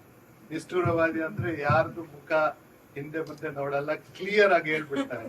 ಇದು ಹೀಗೆ ನನ್ನ ಒಂದು idea ಹೀಗೆ. Straight forward ನಿಷ್ಠುರವಾಗಿ. ಹಂಗಾಗಿ ನನಗೆ ಬಹಳ ಯಾವಾಗ್ಲೂ ಫ್ಯಾಸಿನೇಷನ್ ಅನ್ಸುತ್ತೆ. ಯಾಕಂದ್ರೆ ಆಲ್ವೇಸ್ ಅವ್ರ ಹತ್ರ. Thank you. So the second thing, ನಾನು ನಿಮ್ಮನ್ನು ಫಸ್ಟ್ ನೋಡಿರೋದು ಇಲ್ವಾಲದಲ್ಲಿ. ಸೊ ನಾನು ಸೆಕೆಂಡ್ ಇಯರ್ ಫೌಂಡೇಶನ್ ಸ್ಟೂಡೆಂಟ್ ಆಗಿದ್ದೆ. ಆವಾಗ ಸ್ಕೂಲಲ್ಲೆಲ್ಲ ದೊಡ್ಡ ಬಸ್ ಏನಂದ್ರೆ, Sheela is showing her work at her home. It's an open studio, so we all go and show her work ಅಂತ. ಆದ್ರೆ ನಾನು ಫೌಂಡೇಶನ್ ಅಲ್ಲಿ, so they didn't allow me because so many students ಅಂತ ಇದ್ದಾರೆ. So ಈ teaching ಅನ್ನೋದು it's very ಸೂಕ್ಷ್ಮ exercise. So ನೀವು ಆಲ್ಮೋಸ್ಟ್ 1 ವರ್ಷ ಟೀಚಿಂಗ್ ಮಾಡಿದ್ದೀರಾ ಕಾವದಲ್ಲಿ. ಸೇಮ್ ಟೈಮ್ ನೀವು ಸಹ ಅಂದ್ರೆ ನಿಮ್ಗೆ 4 ಜನ ಒಂದು ಇಂಟರ್ವ್ಯೂ ಅಲ್ಲಿ ಹೇಳಿದ್ರೆ 4 ಜನ ಟೀಚರ್ಸ್ ಇದ್ದಾರೆ ಅಂತ. ಒಂದು RM ಹಡಪತ್ ಸರ್, ಆಮೇಲೆ KJ ಸುಬ್ರಹ್ಮಣ್ಯಂ ಅವರು, ಆಮೇಲೆ ನೀವು ಪೀಟರ್ ಡಿ ಫ್ರಾನ್ಸಿಕ ಅವರು US ಅಲ್ಲಿ ಇದ್ದಾಗ, US ಅಲ್ಲ, ಇಂಗ್ಲೆಂಡ್ ಅಲ್ಲಿ ಇದ್ದಾಗ, ಆಮೇಲೆ ನಿಮ್ಮ ಹಸ್ಬೆಂಡ್ ಕ್ರಿಸ್ಟೋಫ್ ಅವರು ಅಂತ. ಸೊ 4 ಜನ teachers. So same time teaching ಅನ್ನೋದು ಬಹಳ ಒಂದು ಸೆನ್ಸಿಟಿವ್ ಎಕ್ಸಸೈಸ್. ಸೊ ಒಂದು KJ ಸರ್ದು ಒಂದು ಇನ್ಸಿಡೆಂಟ್ ಹೇಳ್ತೀನಿ. So one of the girl almost KJ sir ತರ ಡ್ರಾಯಿಂಗ್ ಮಾಡ್ತಾ ಇದ್ಲು. ಸೊ KJ ಸರ್ ಹತ್ರ ಹೋಗಿ ಅವ್ರದ್ದು ಡ್ರಾಯಿಂಗ್ ತೋರಿಸಿದ್ರೆ ಸೈನ್ ಹೇಗೆ ಹಾಕೋದಂತ. ಸೊ ನನ್ಗೇನ್ ಅನ್ಸುತ್ತೆ ಅಂದ್ರೆ, ಈ ಇನ್ಫ್ಲುಯೆನ್ಸ್ ಆಗದೆ ಕಲ್ಸೋದು, ಈ ಏರಿಯಾ, ಈ ಕಾನ್ಸೆಪ್ಟ್ ಬಗ್ಗೆ ನೀವು ನಿಮ್ಮ ಐಡಿಯಾ ಏನು, ಅಥವಾ ಟೀಚಿಂಗ್ ಮತ್ತು ಟೀಚಿಂಗ್ ಮಾಡುವ ಬಗ್ಗೆ? ಆಕ್ಚುಲಿ ನಾನು ಬರೀ 1 ವರ್ಷ ಮಾಡಿದ್ದೆ ಕಾವಾದಲ್ಲಿ teaching, and it's for me majorly it's forgettable. It was not an ideal situation, Kaval. That time there was a lot of administrative problems. So after that experience, I did not want to continue teaching. And but whatever I have learned, I had a lot of desire to be a teacher. In fact, when I was studying under these fantastic teachers, it's all something that I was wanting to emulate and pass it on in a way. But that did not happen.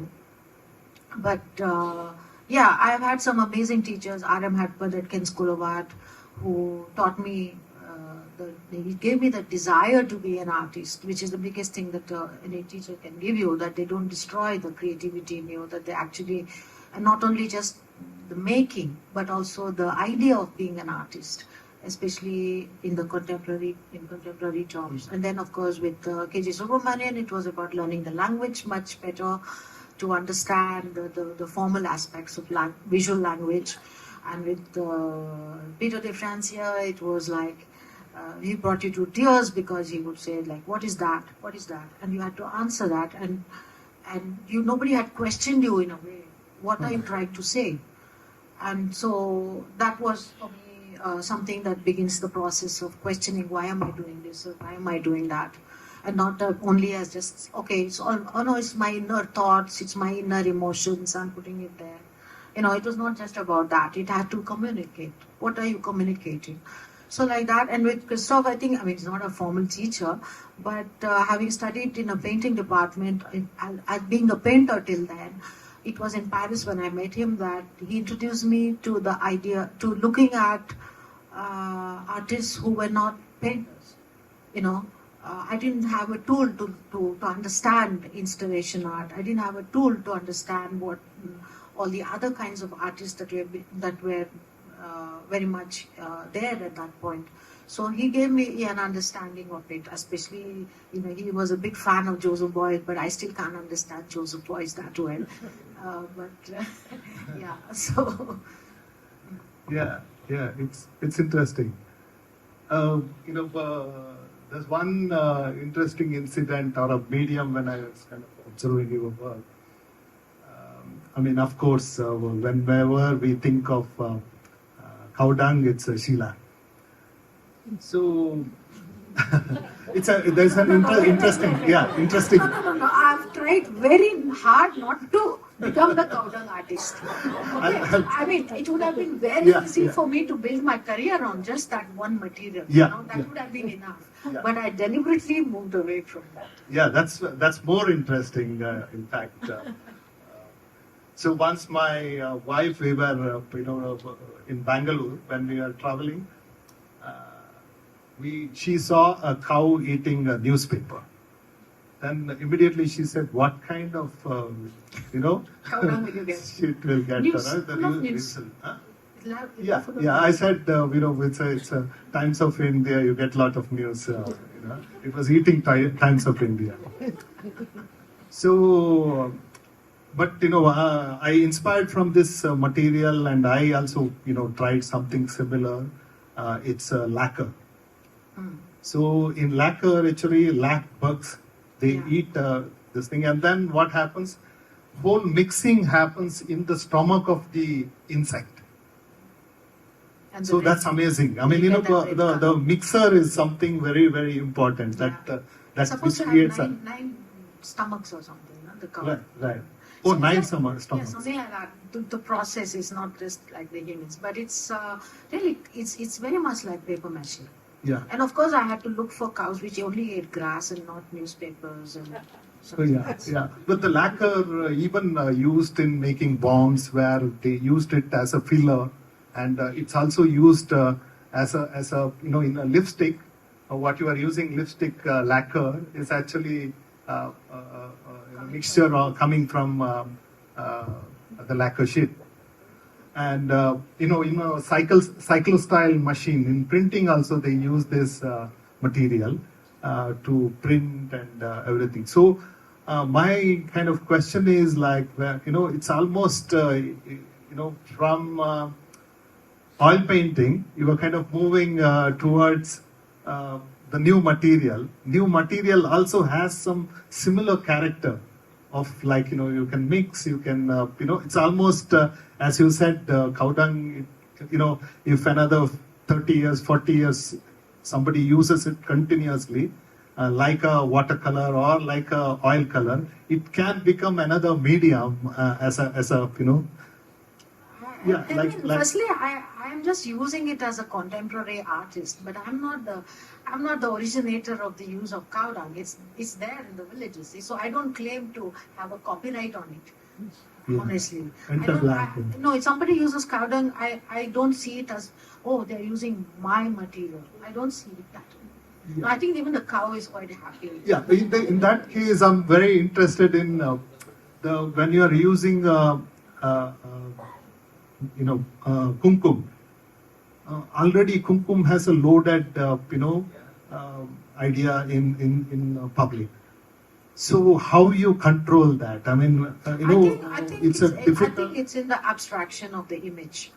I think the abstraction of the image actually allows for those kind of readings to be there without it hitting you in the face. I Yeah, don't have to yeah. like it's not a message that I'm giving out like that. It's kumkum. Some people don't know. They just see it as red, which is fine with me. Yeah. Yeah. So I mean, maybe I'll connect this with in case of any cave sculptures, especially like in Elephanta or in Ajanta. So all these cave sculptures are actually made out of, like, a reference for them is a wooden sculptures or a bronze sculptures.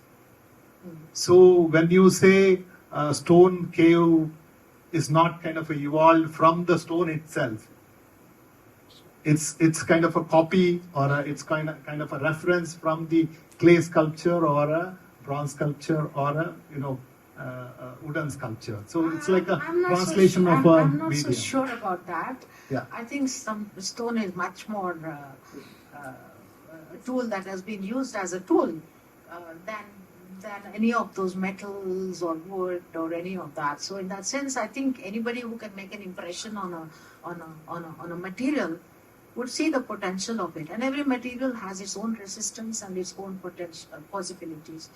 So I'm not sure this came first or that came first, or it's a replica or a imagination that is translated from one But material to sometimes another. stone itself, if it's explored, like a cow dung itself explored, as a it can get it's partly, I'm asking this partly because of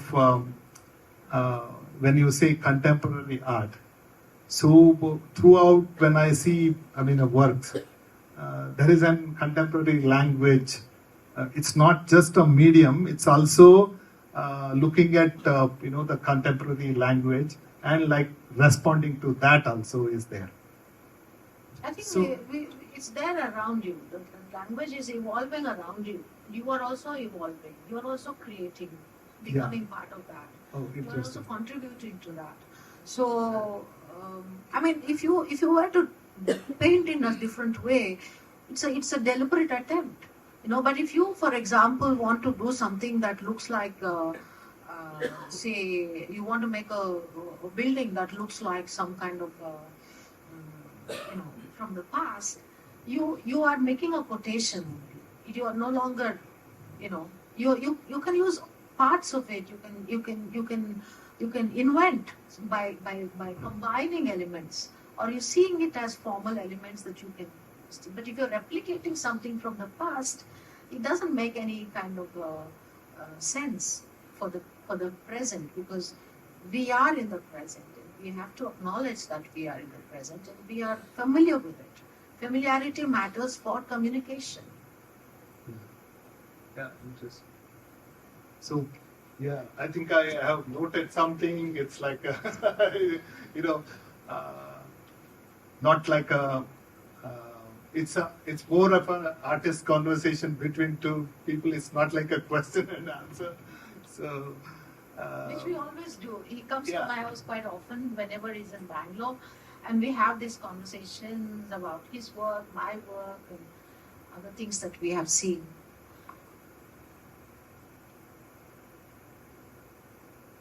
So maybe we can a little bit talk about your planning, like when you are thinking of imagination, execution, and then there is always a gap. I mean, there is always, like, when you think of some artwork, when you kind of execute that, then there is a gap in whether you are thinking it for based on the result, or is it like a how it works for you? It depends work by work. I think sometimes the something outside me has usually a lot of the time my antennas are up when I'm ready to work. So when you will be seeing the same things around you, but that something becomes meaningful to you at certain points, and that just could be a starting point, or it could be a material, the possibilities of a material that you think, like the powder, for example. It just came to me one day that this material has so much meaning, so many different meanings. And with that kind of a political scenario at that time, they kind of fit it. And my own problem with painting itself, all combined to start me on that process. But as I said, once you start it, you have to let the material have a presence. You cannot be some dictator who's saying, I want you to behave like this, so you behave like this. It doesn't make sense. So let's little bit talk about how you kind of get the materials. Like recently, sorry. Yeah. So recently you built a house. So really, detailing of the house is very interesting. And I also when I built my studio also, you started looking at different materials, and you started learning. So how what was the kind of inspiration or what you got from? It's almost 2 years you were working on that. More than 2 years, 10 years. 10 years. Actually, no, I mean, it's not a subject that one has to go into detail, but I think what I really enjoyed, if you can call it enjoyment, was my interaction with the workers, because I feel very close to people who have skills, whatever those skills might be, whether you're a mason or you're a carpenter or you're those kind of skills. It's a fascinating thing to watch them. I wish more architects would actually stay at site and watch them, because you learn a lot. Yeah. And being somebody who uses my own hands as well, I don't outsource my work. I work myself. If I have somebody helping me weld, I am become the welder's assistant. Yeah. Yeah. So for me, it's really important to be there, and I don't outsource my work. And it's fascinating to be part of that. How other people use the shovel, how they apply. Yeah. So skills are something they've learned so many years, and I think we all should value that. Yeah. True. I'm not just talking about craft and specialized skills of art, craft work. I'm not talking about those kind of things. I'm talking about skills which we take for granted, like how is something plastered, or how is one table made. It's not the basics. We don't really give it enough attention to how they use tools. What is their knowledge that they have, how to hit, where to hit, which is the right side, and things like that. That's really fascinating. Yeah. Yesterday, in fact, I was looking at laterite stone cutting machine. So not machine, it's a tool which you kind of hit and then to cut the laterite. I got a 300 years old photograph from Basel Mission, but even today there's nothing evolved like Basel Mission tiles also. So there is 300 years, but there's no invention. Or is that a matured? That is because that is the nature of that particular stone. That this is the ideal tool for it, and especially the kind of people who have to do that work. You're not going to bring in one machine and put a person like that to use. So a lot of the time, these are things that have evolved or not evolved, because they are the most simplest ways of doing things. Like, why is the shovel of a mason? Why does it remain the same? Yeah. Yeah. Because it is something that's the simplest way to put cement on the thing. The way they manipulate it. But what do you think? I mean, now the new tool AI, like you have drastically Let's kind of a not change. go down that road. I am not a digital person. I'm curious that you after the oil color, you aggressively kind of moved to materials, and now there is an bigger change happening around us. So is that you want to respond to that, or you want to kind of reject? If there is an idea that necessitates that, I might go to somebody who is well versed in that, to use their expertise to do whatever I want. But at this point, I'm not interested.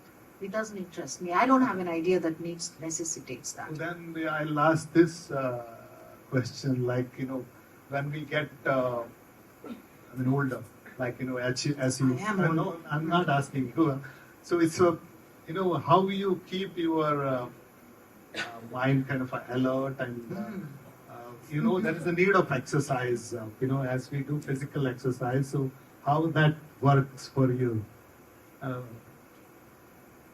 I think we are preoccupied with certain things. Maybe the emphasis changes a little bit now and then. Maybe maybe there are other things that I also want to do in life other than just making art, which I've not had the time to do.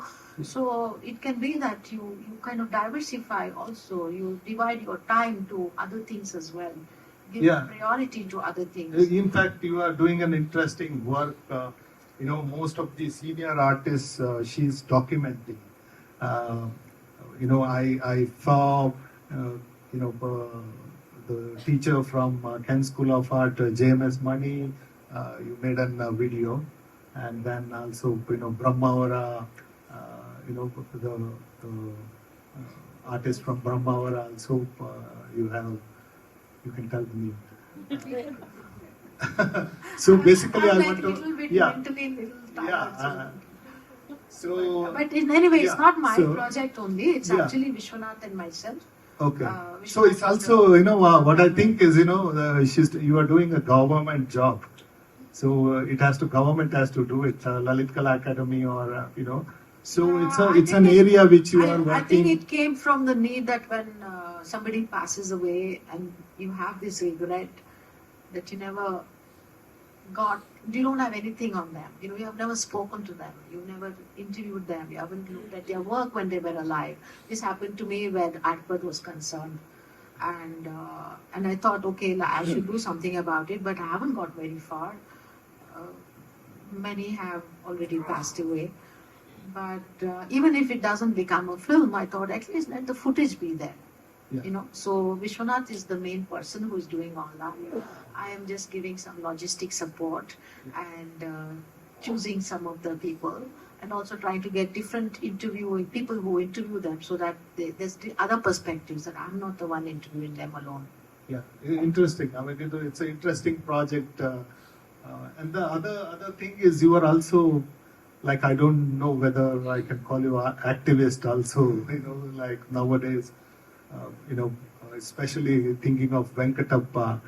I think you only pray for your vision for that, or what is happening and what you have tried and what is not working, or whether it's working, or all No, those. I mean, that's a long story, but everybody knows why the whole agitation started. But I am part of the Venkatappa Art Gallery Forum, and we together, it's not me alone, we together have managed to save it in a way, save it getting private on one hand, and on the other to make it a functional space. And one of the main reasons is because this is something that's also part of my own artistry, that my two first solo shows happened in Venkatappa Art Gallery. And I think it's a kind of a space that is, because it's under the government, that it becomes to a large extent a neutral space, that it is not part of a private trust or a foundation. So it becomes accessible to everybody in an equal way, and that future generations should not miss out on that space. And the fight is all about that. And yeah, I want to show that once. Yeah. I think when I was in foundation, the Kawa did an exhibition over there, so I also exhibited. It's amazing artist space. No, I and it consider needs to this be- kind of a work important. Like Suresh Kumar, that day when we were coming out of the Vidhan Sauda after the advisory board meeting, and he says, this is, no, like we were like, there's so much time you spend on these things, doing letter writing, meeting people. And I said, it's sometimes you get fed up, And then he said, don't you think this is part of your work? And I said, no, I don't see it as part of my artwork. I don't see it as an artwork. I see it something that all artists have to have that responsibility in whatever way, in different circumstances for different things, that it is a responsibility on all of us to do something. And this has been, I see it as that kind of a work. I don't call it activism, nor do I call it an artwork. Somebody like Suresh, who's now farming, his idea of the boundaries of art are much more expanded, and maybe he sees it as a practice that could be an artist, as an artwork itself. The way you define what art is. It's not a sculpture, it's not a painting, it's like it is not performance even, but something else. So, but I cannot see that. I for myself, I don't see that. I see it as a responsibility, I see it as something that I want to do, and I will do it, but it's not for me an artwork. Yeah. I can't call it art, nor can I call it activism. Activism is, I don't know, I'm not an activist. Okay. Yeah. I mean, many a time for me, when I think of a work, there is a completeness. Whenever you are saying things, there is a completeness. Over there, the question doesn't raise much. Yeah. So that's very important. It's more an exercise of understanding and more, But it's but artists also see it as many artists also see this kind of a work of working for doing something else outside your traditional art practice as a kind of a collective community work, art community work, where you come together and you produce something together. It's not necessarily that you lay claim to it as mine. Yeah. Do you think Which that, we usually do with these kind of works that I show. There is a certain sense of what, limited sense also maybe, what art can be, which becomes an object. It's an object, it's something that you hold, you can see, you can buy, you can sell, Yeah. Whereas certain kinds of works are not sellable, but it is the idea behind it. You're exploring an idea, you're finding a way to explore that idea. And I think with the Venkatappa, the agitation, the most important, the most creative part of it was we found so many different ways to agitate. And I think in that sense, it was a collective artwork. But I don't see it as a singular kind of art. So in that sense, yes, Over there, you see it differently. You over agree there, with it? there's a part of controlling, in the sense, in your drum work, where you were the first image where you can see all these people who are staying and living and all that. And but same time, you want to kind of force the point that how ergonomy works, or a human walking in that structure, and how the drum leads to certain structure. So now my question is how that editing happens in life. Like this is a part I want to kind of it's so tough because it overlaps. The moment you do certain things, you are a politician. Or a moment you do something, you are an activist. Or or because critics also read like that. Or let's say in Cowdung also, she used first. When I see your works, like whenever you used a new medium, like kumkum or a cowdung or a drum, where it's become so powerful and so strong, like a watercolor or something. So, but when it comes to image-based work, were very difficult to respond, in the sense many thousands of photographers or reference works start coming, and you start seeing those things. Your associations with the image becomes up. So my question is like, how when individual medium or this individual objects, when you take up, it becomes so powerful, or is it my limitation to see something? Is it? I don't know. We do what we can. I mean, somebody else would do something else or take it further, maybe. But everybody is making a selection. You can't do. You can't say everything about everything. You are making a selection, and why the selection happens is got something to do with your background, your interests, certain idiosyncrasies in you, so many different things, or incident as well. So it is a, what can I say? It's something that you are doing, you are putting it forward. But of course, like when you say, like when is a work complete, right? When do you say, I have done this and then I'm not going to do any more? Yeah. That's because you've gone through a journey of arriving at that. And then after some time, you say, yeah, there is this possibility and it can have this meaning, this kind of an interaction, you work with it again. So, but not as a series. It's not out of habit that you do it because you have an idea and you are exploring an idea. Yeah. And what you do. I mean, This exactly happens it's whenever. about and also how it gets received by people is so valuable.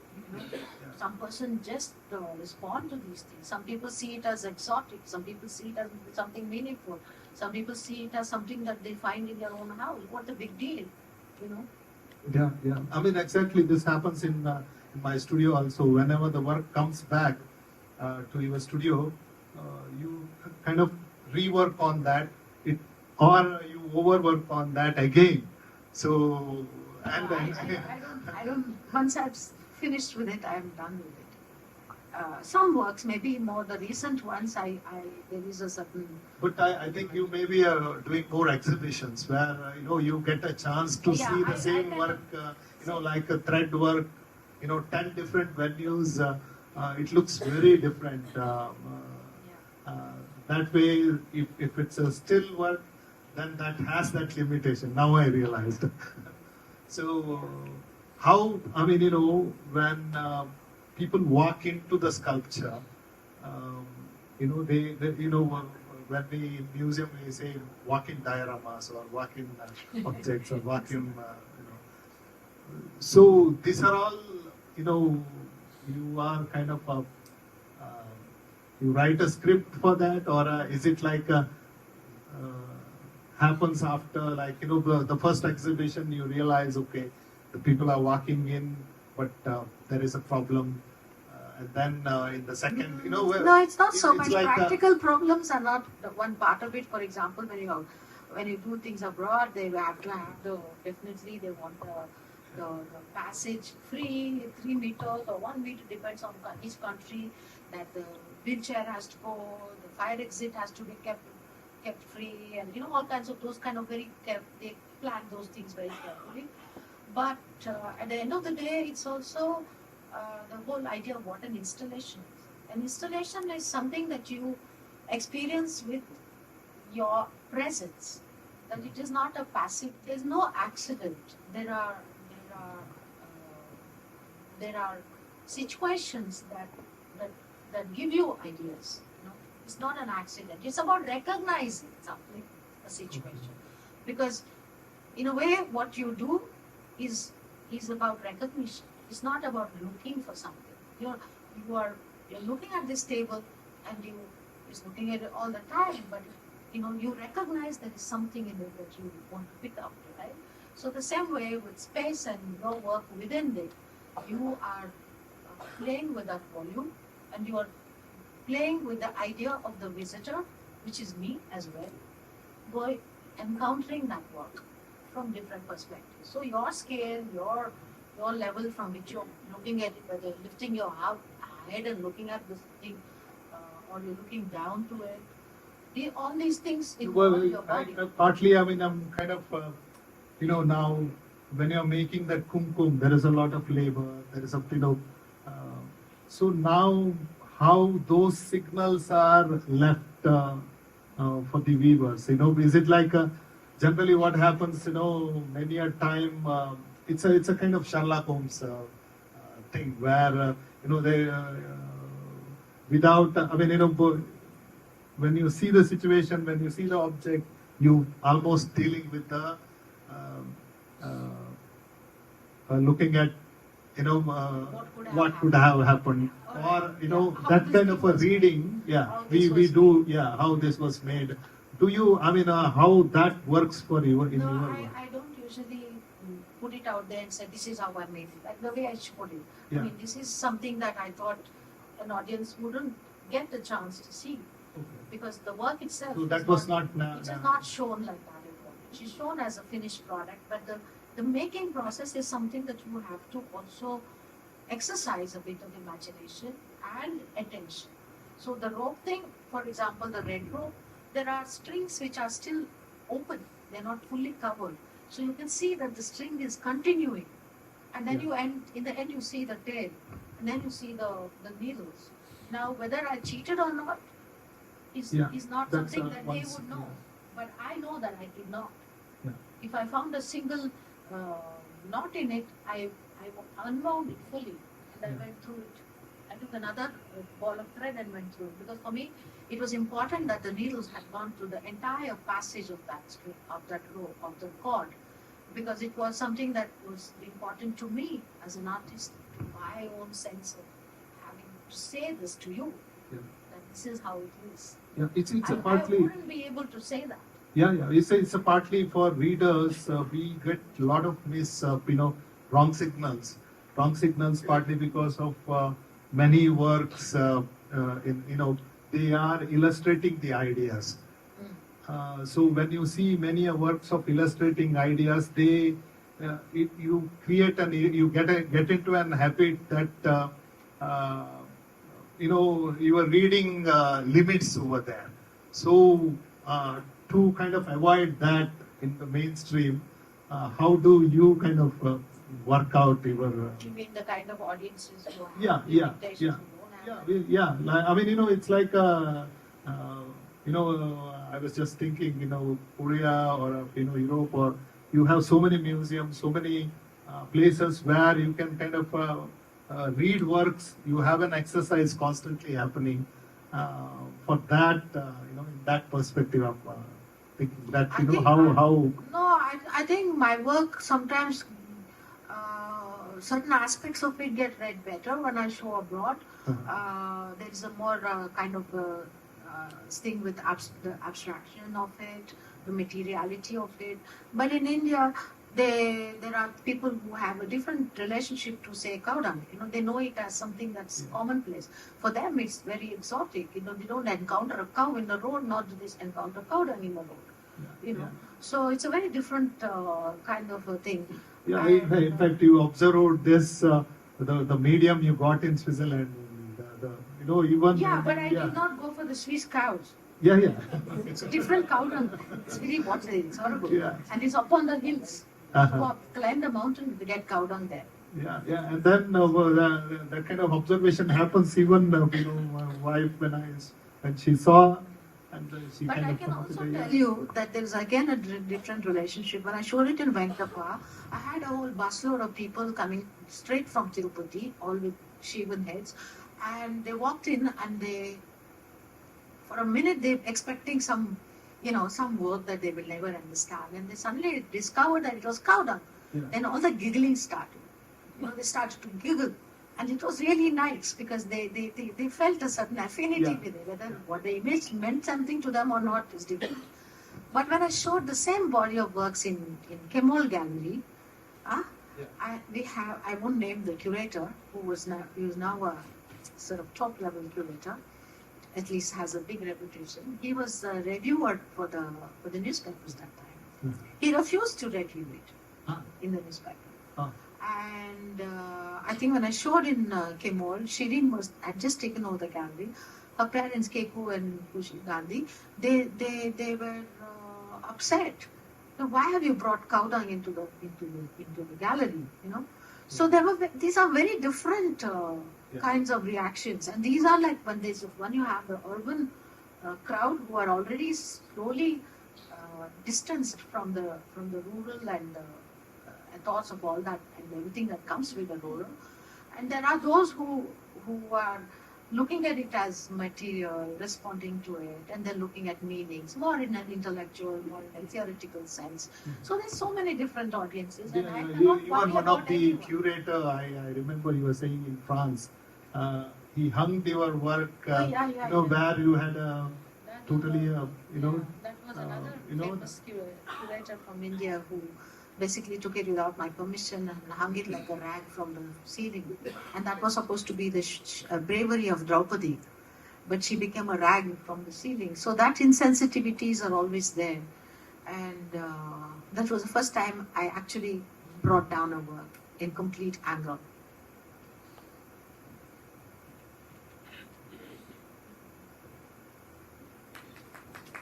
I think that's there's good. Yeah, we can. Sorry for the thing. Yeah. No, I didn't clap because whatever it is, I just No, maybe. the fact that she brought the work out. But I think it's a good thing as well. I think Yeah, we should maybe stop. we can open to Yeah. public so that we can.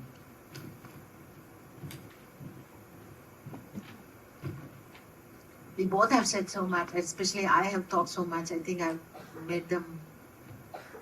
No, for me, I was just, first time seeing many new works. I just synced in and listening to you and forgot. It's always something you see complete, something you see powerful.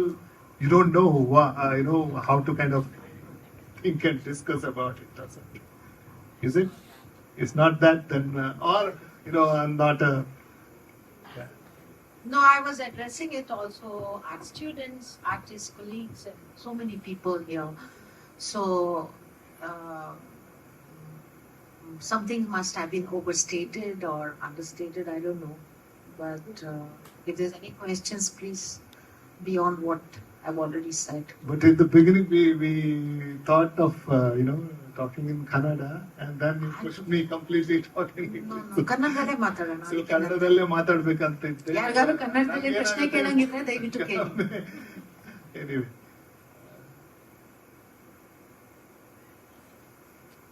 Any I question, think everybody please? is very tired.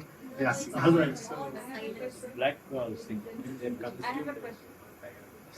No, it's been a long session. So, just to understand, being a woman, how difficult or how easy was it your journey?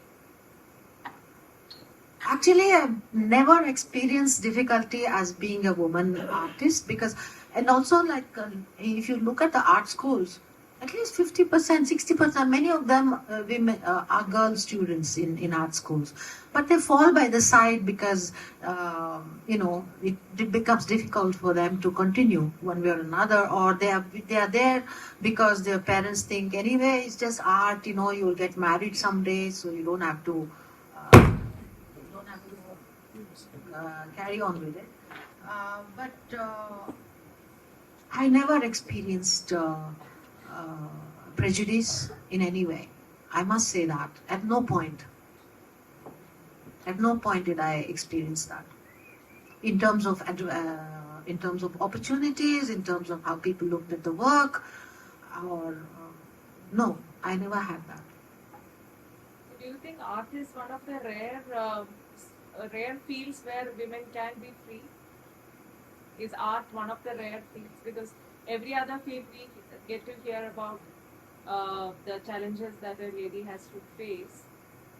So I think freedom is something that you have to create for yourself. For example, you can only become a victim of your own art. You can become a victim of a market, for example. But that applies to both men and women. But I think, yes, in art, a lot of the work that's being done by a lot of women artists explores the idea of self, of where they come from, in a kind of patriarchal society. But at the end of the day, it cannot be projected only as a woman's artist. I do not believe in those in that categorization, but there is a woman's perspective. So if one has to make a show of women artists, you're looking at certain kinds of perspectives that might be different from a male gaze. What you look at, for example, the male gaze is something that's very much talked about in Western art as well.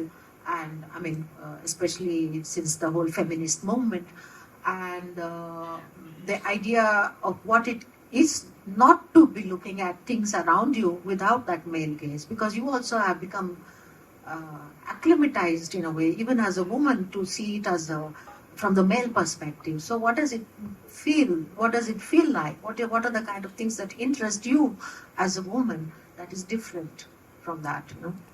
So I mean, just the way the woman has been represented in art, for example, has been very much of the male gaze. Yeah. Thank you. Hi, ma'am. So, very quick question. So, ಮುಂಚೆದು ನೀವು ನೋಡಿದ್ರೆ ಒಂದಷ್ಟು painting ಮಾಡಿದ್ದೀರಾ, ಆಮೇಲೆ let's say ಕುಂಕುಮ ಕೌಡನ್ ಆ ಥರ ತಗೊಂಡಿದ್ದೀರಾ, ಆಮೇಲೆ let's say ರಿಬೋ ಕಲ್ಲು, ಆಮೇಲೆ ಫ್ರೇಮ್ನ ಓಪನ್ ಮಾಡಿಟ್ಕೊಂಡು, and then more recent ones probably have responded to a news bit. So yeah, another deciding factor idea, the things that interest you.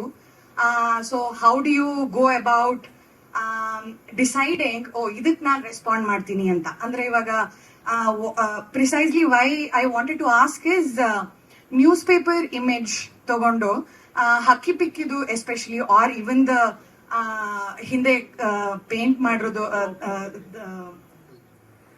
And thank you, Darshan. Thank you, ma'am. For the entire team, technical team, and everybody else, thank you for this event. Thanks. And for the wonderful, silent, patient audience. So I think Bangalore has a lot of regards towards having distinctive artists who have made remarkable achievement, and they have taken the India, particularly from South, who have taken on an international stand. On this note, I thank Mr. Tallur and Sheela Gowda ji for having this wonderful conversation and for the presentation. On this note, I request my director, Ms. Priyanka Mary Francis, to kindly comment a small thank you honor from our art shop.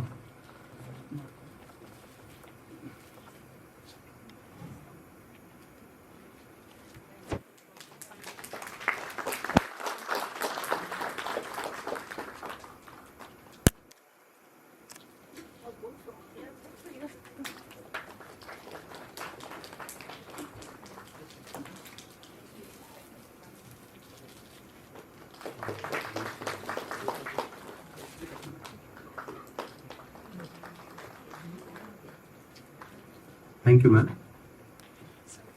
I think with this, I think we can conclude today's session. And tomorrow we also have a program at 5 o'clock.